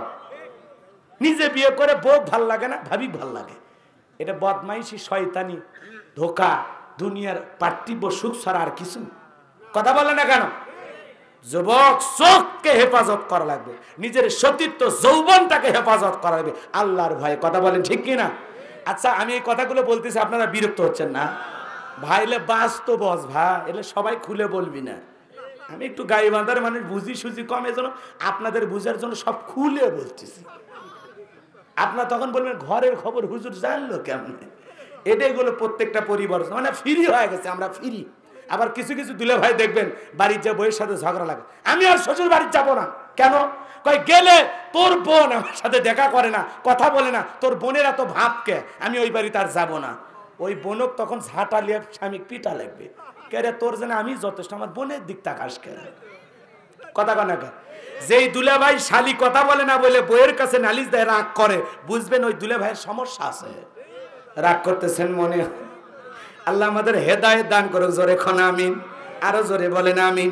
এজন্য মা বোনদেরকে বলবো, মা এই দুইটা পুরুষ হইতে আপনারা সাবধান থাকবেন। 4টা আমলে মা বোনদের জন্য 8টা জান্নাতের দরজা খোলা। 1 নাম্বার নামাজ, 2 নাম্বার রোজা, 3 নাম্বার ফরজ পর্দা, 4 নাম্বার স্বামীর খেদমত। আমল কম দাম বেশি, সুবহানাল্লাহ কোন? আমল কম দাম বেশি, সুবহানাল্লাহ। তাহলে মা বোনেরা নামাজ পড়ে না, রোজা ধরলে ছাড়ে না, পর্দা তো ঠিক মতো করবারই চায় না। আপনাদের অবশ্য শিবগঞ্জে মোটামুটি পর্দা আছে না? এলাকার মেয়েরা বেপর্দায় ঘরে না, আমি এটা গ্যারান্টি দিয়ে বলতে পারি। কারণ এলাকার স্বামীরাও আল্লাহওয়ালা, বইয়েরা তো সব জান্নাত থেকে আসছে। রাগ করতেছেন মনে হয়? এজন্য মা বোনদেরকে হলো মা পর্দা করা ফরজ। আল্লাহ বলেছেন অকরনা ফি বুয়ুতিকুন্না ওয়ালা তাবাররাজনা তাবাররুজাল জাহিলিয়াতিল উলা, নারীরা তোমরা ঘরের ভিতর অবস্থান করো, খবরদার জাহিলিয়াতের যুগের মেয়েদের মতো নোংরা অশ্লীল পোশাক পরে নিজের দেহকে প্রদর্শন করো না। নারীদের জন্য পর্দা করা নফল না ফরজ, ওয়াদার কার। এজন্য মা বোনদেরকে বলে মা পর্দা করবেন। পর্দা নারীর সম্মান মর্যাদা বাড়ায় দেয়। কথা বলেন না কেন? নারী কি বাড়ায় দেয়? সম্মান মর্যাদা বাড়ায় দেয়। হেজাব পর্দা এটা নারীর অহংকার। কথা বলেন ঠিক কিনা? একটা নারী যদি ঢিলা ঢালা বোরকা পরে হাত মুজা পা মুজা লাগায়া রাস্তা দিয়ে হাইটে যায়, মনের অজান্তে শ্রদ্ধার সম্মানে মাথাটা নত হয়ে আসে। কথা বলে ঠিক কিনা? পর্দাসীন নারীর ওপরে আল্লাহ রহমত নাজিল হয়। কোন সম্ভ্রান্ত ভদ্র ফ্যামিলির মেয়ে বোরকা ছাড়া পর্দা ছাড়া বাইরে যেতে পারে না। ওটা যদি মুসলমানের মেয়ে হয়ে থাকে, মুসলমানের স্ত্রী হয়ে থাকে, সে কোনোদিন বেপরদায় বাহিরে যেতে পারে। আর বউকে পর্দা করানোর দায়িত্ব কার? স্বামীর। মেয়েকে পর্দা করানোর দায়িত্ব কার? বোনকে পর্দা করানোর দায়িত্ব কার? মাকে পর্দা করানোর দায়িত্ব ছেলের। বাবা যদি মারা যায় অভিভাবককে ছেলে, বাবা যদি মারা যায় অভিভাবককে ভাই। কথা বলেন না কেন?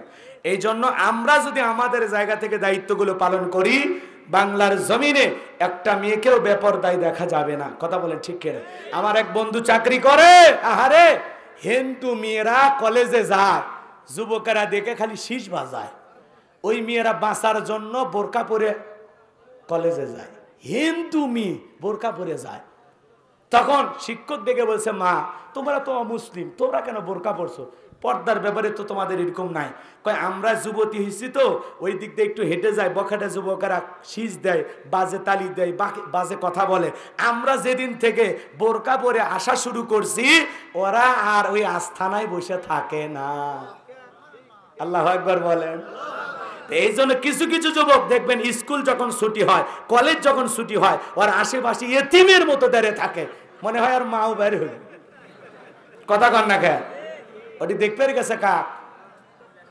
এরকম ছেলেপেলে আছে না? না, যেই ছেলেপেরা এই স্বভাবে, এদের চরিত্রে গন্ডগোল, এরা জীবনে ভালো সুখ পাবে না। কথা বলেন ঠিক কিনা? যুবক নিজের যৌবনের সময়টাকে কন্ট্রোল করো, আল্লাহর ভয়ে পিতা মাতার পছন্দের মেয়েকে বিবাহ করো, জীবনে শান্তি পাইবা। মনে থাকবে তোমাদের জন্য আরো আজ নাই, সামনের দিকে যায়। কষ্ট হচ্ছে আপনাদের? এইবার অলিদ বিন, ও 12টা পার হয়ে গেছে, দোয়া করে দিই। আমি এবার এখান থেকে জামালপুরে যাব, রাতে রাতে যাওয়া লাগবে, 3 দিনের অবরোধ, সেটা তো আপনারা জানেন। হ্যাঁ 2 ঘন্টা যাওয়া আছে। লিল্লাহি তাকবীর। আপনাদের ভালোবাসা আল্লাহ কবুল করেন, জোরে বলেন আমিন। তখন ওলীদ বিন মুগীরার মা বলতেছে, বাবা সেদিন তোর চাচারে দিয়ে আমার মনের বাসনা পূরণ করেছিলাম, যার ফলে তোর জন্ম হয়েছে। তার মানে নবী যে তথ্য দিয়েছে এটা 100% সত্য, এতে কোনো ভুল নাই। জন্ম তোর বাপে দেয় নাই, দিয়েছে তোর চাচায়। তাহলে ওইটা যদি অবৈধ জারের সন্তান হয়, ফ্রান্সের মানুষেরা নবীকে কেন গালি দেয়? পৃথিবীর 228টা রাষ্ট্র নিয়ে গবেষণা করে দেখা গেল ফ্রান্সের মহিলারা চেহারা কি এরকম? কথা কয় না কেন? মুহাম্মদ মানে কি? কথা কয় না, প্রশংসিত। আগে পরে যতই গালি দেন কোনো লাভ হবে না। যেই নবীর চরিত্রের সার্টিফিকেট আল্লাহ দিয়ে বলেছেন, ওয়া ইন্নাকা লাআলা খুলুকিন আযীম, নবী হলেন পুত পবিত্র মহান চরিত্রের অধিকারী। আল্লাহর পরেই রাসূলের সম্মান। যেখানে আল্লাহ রব সেখানে নবী রহমত। আর নবী হলেন মানব দানব জিন ইনসান সকলের জন্য রহমাতাল লিল আলামিন। সুবহানাল্লাহ বলেন। সেই রাসূলকে নিয়ে যারা গালি দেয়, এরা বৈধ মায়ের সন্তান হতে পারে না। এদের জন্ম হয় পতিতালয়ে, না হয় ডাস্টবিনে, না হয় অন্য জায়গায়। আল্লাহ এদের হেদায়েত দান করুক। জোরে বলুন আমিন। আরো জোরে বলুন আমিন। আমি আরো কয়েকটা কথা বলতে চাইছিলাম, সময় স্বল্পতার কারণে আর কথাগুলো বলা হলো না। রসুলের সন্তানগুলো কেন মারা গেলেন, 3টি বিষয় বলতে গেলে অনেক সময় লাগবে। 4টা রসুলের সুন্নত বলতে চাইছিলাম। কষ্ট হয় আপনাদের? শুনলেন না তো, চলে যাচ্ছেন। এদিক খেয়াল করেন। আচ্ছা বলেন তো, নবীর ছেলে নবী হয়? আপনারা শোনেননি? নবী দাউদ নবী, ছেলে সুলাইমানও নবী। কথা কয়? বাবা ইয়াকুব নবী, ছেলে ইউসুফও নবী। কিন্তু রসুলের সন্তানগুলো কেন জীবিত থাকলেন না? এর পিছনে কারণ আছে না? আল্লাহ বলেছেন, মাকানা মুহাম্মাদুন আবা আহাদিম মির রিজালিকুম ওয়ালাকি রাসূলুল্লাহি খাতামান নাবিয়্যিন। নবী মুহাম্মদ সাল্লাল্লাহু আলাইহি সাল্লাম কোন পুরুষের পিতা নয়। কথা কয় না? কোন পুরুষের পিতা নন, তিনি হলেন শেষ নবী। কথা কয় না? তিনি আখিরি নবী। তার মাধ্যমে নবুয়তের দরজায় আল্লাহ সিলগালা করে দিয়েছে। নবীর পরে দুনিয়াতে আর কোন নবী আসবে। তাহলে নবীর ছেলে যদি নবী না হয়, মানুষ সমালোচনা করত যে পৃথিবীর এত বড় নবী, তার ছেলে নবী কেন হবে না? তারা যদি নবী নাও হইতো, মানুষ তাদেরকে নবীর ছেলে ভেবে নবীর মতোই, কথা কয় না, মানা শুরু করত। বাপ মোর এদিক, পীর মারা গেলে ছেলে গদ্দিনিসীন পীর হয়। কথা কয় না? আবার সকল নবীর ছেলে যে ভালো হয় এমনটা নয়। যেমন নূহ আলাইহিস সালামের ছেলে, কথা কয় না ভালো হয়েছিল। তো বিশ্ব নবীর ছেলে যদি ভালো না হয়, মানুষ কি করবে? তখন সমালোচনা করবে যে বাবা হলেন পৃথিবীর শ্রেষ্ঠ নবী, আর সেই নবীর ছেলের চরিত্র এই। কথা কয় না? হাজির বেটা কিন্তু বাজি হয়, আলেমের বেটাও জালেম হয়। কথা কয় না আপনারা? এখন নবী নাই, নবীর ছেলেকে যদি নবীর মতো মানা শুরু করতো মানুষ, বোঝেন নাই কথা? যেমন বাবা পীর, ছেলেও পীর। আলেম হোক, জ্ঞান থাক না থাক, দুনিয়াবি কোনো এলেম থাক না থাক, বাপ মারা গেছে, ছেলে একেবারে দাড়ি নাই, ক্লিন শেভ করা, প্যান্ট শার্ট পরা, এটা বলে পীর। তো ওই যদি পীর হয়, তো শয়তান কোনটা? কথা কয় না? এরকম আছে না নাই? তা আল্লাহ আমাদের হেদায়েত দান করুক। জোরে বলুন আমিন। আরো জোরে বলুন আমিন। যাই হোক, আরো 4টা সুন্নত বলার ইচ্ছা ছিল, সময় স্বল্পতার কারণে যা হয়েছে, যতটুকু হয়েছে, বক্তা শ্রোতা সবাইকে আল্লাহ আমল করা তৌফিক দান করুক। জোরে বলুন আমিন।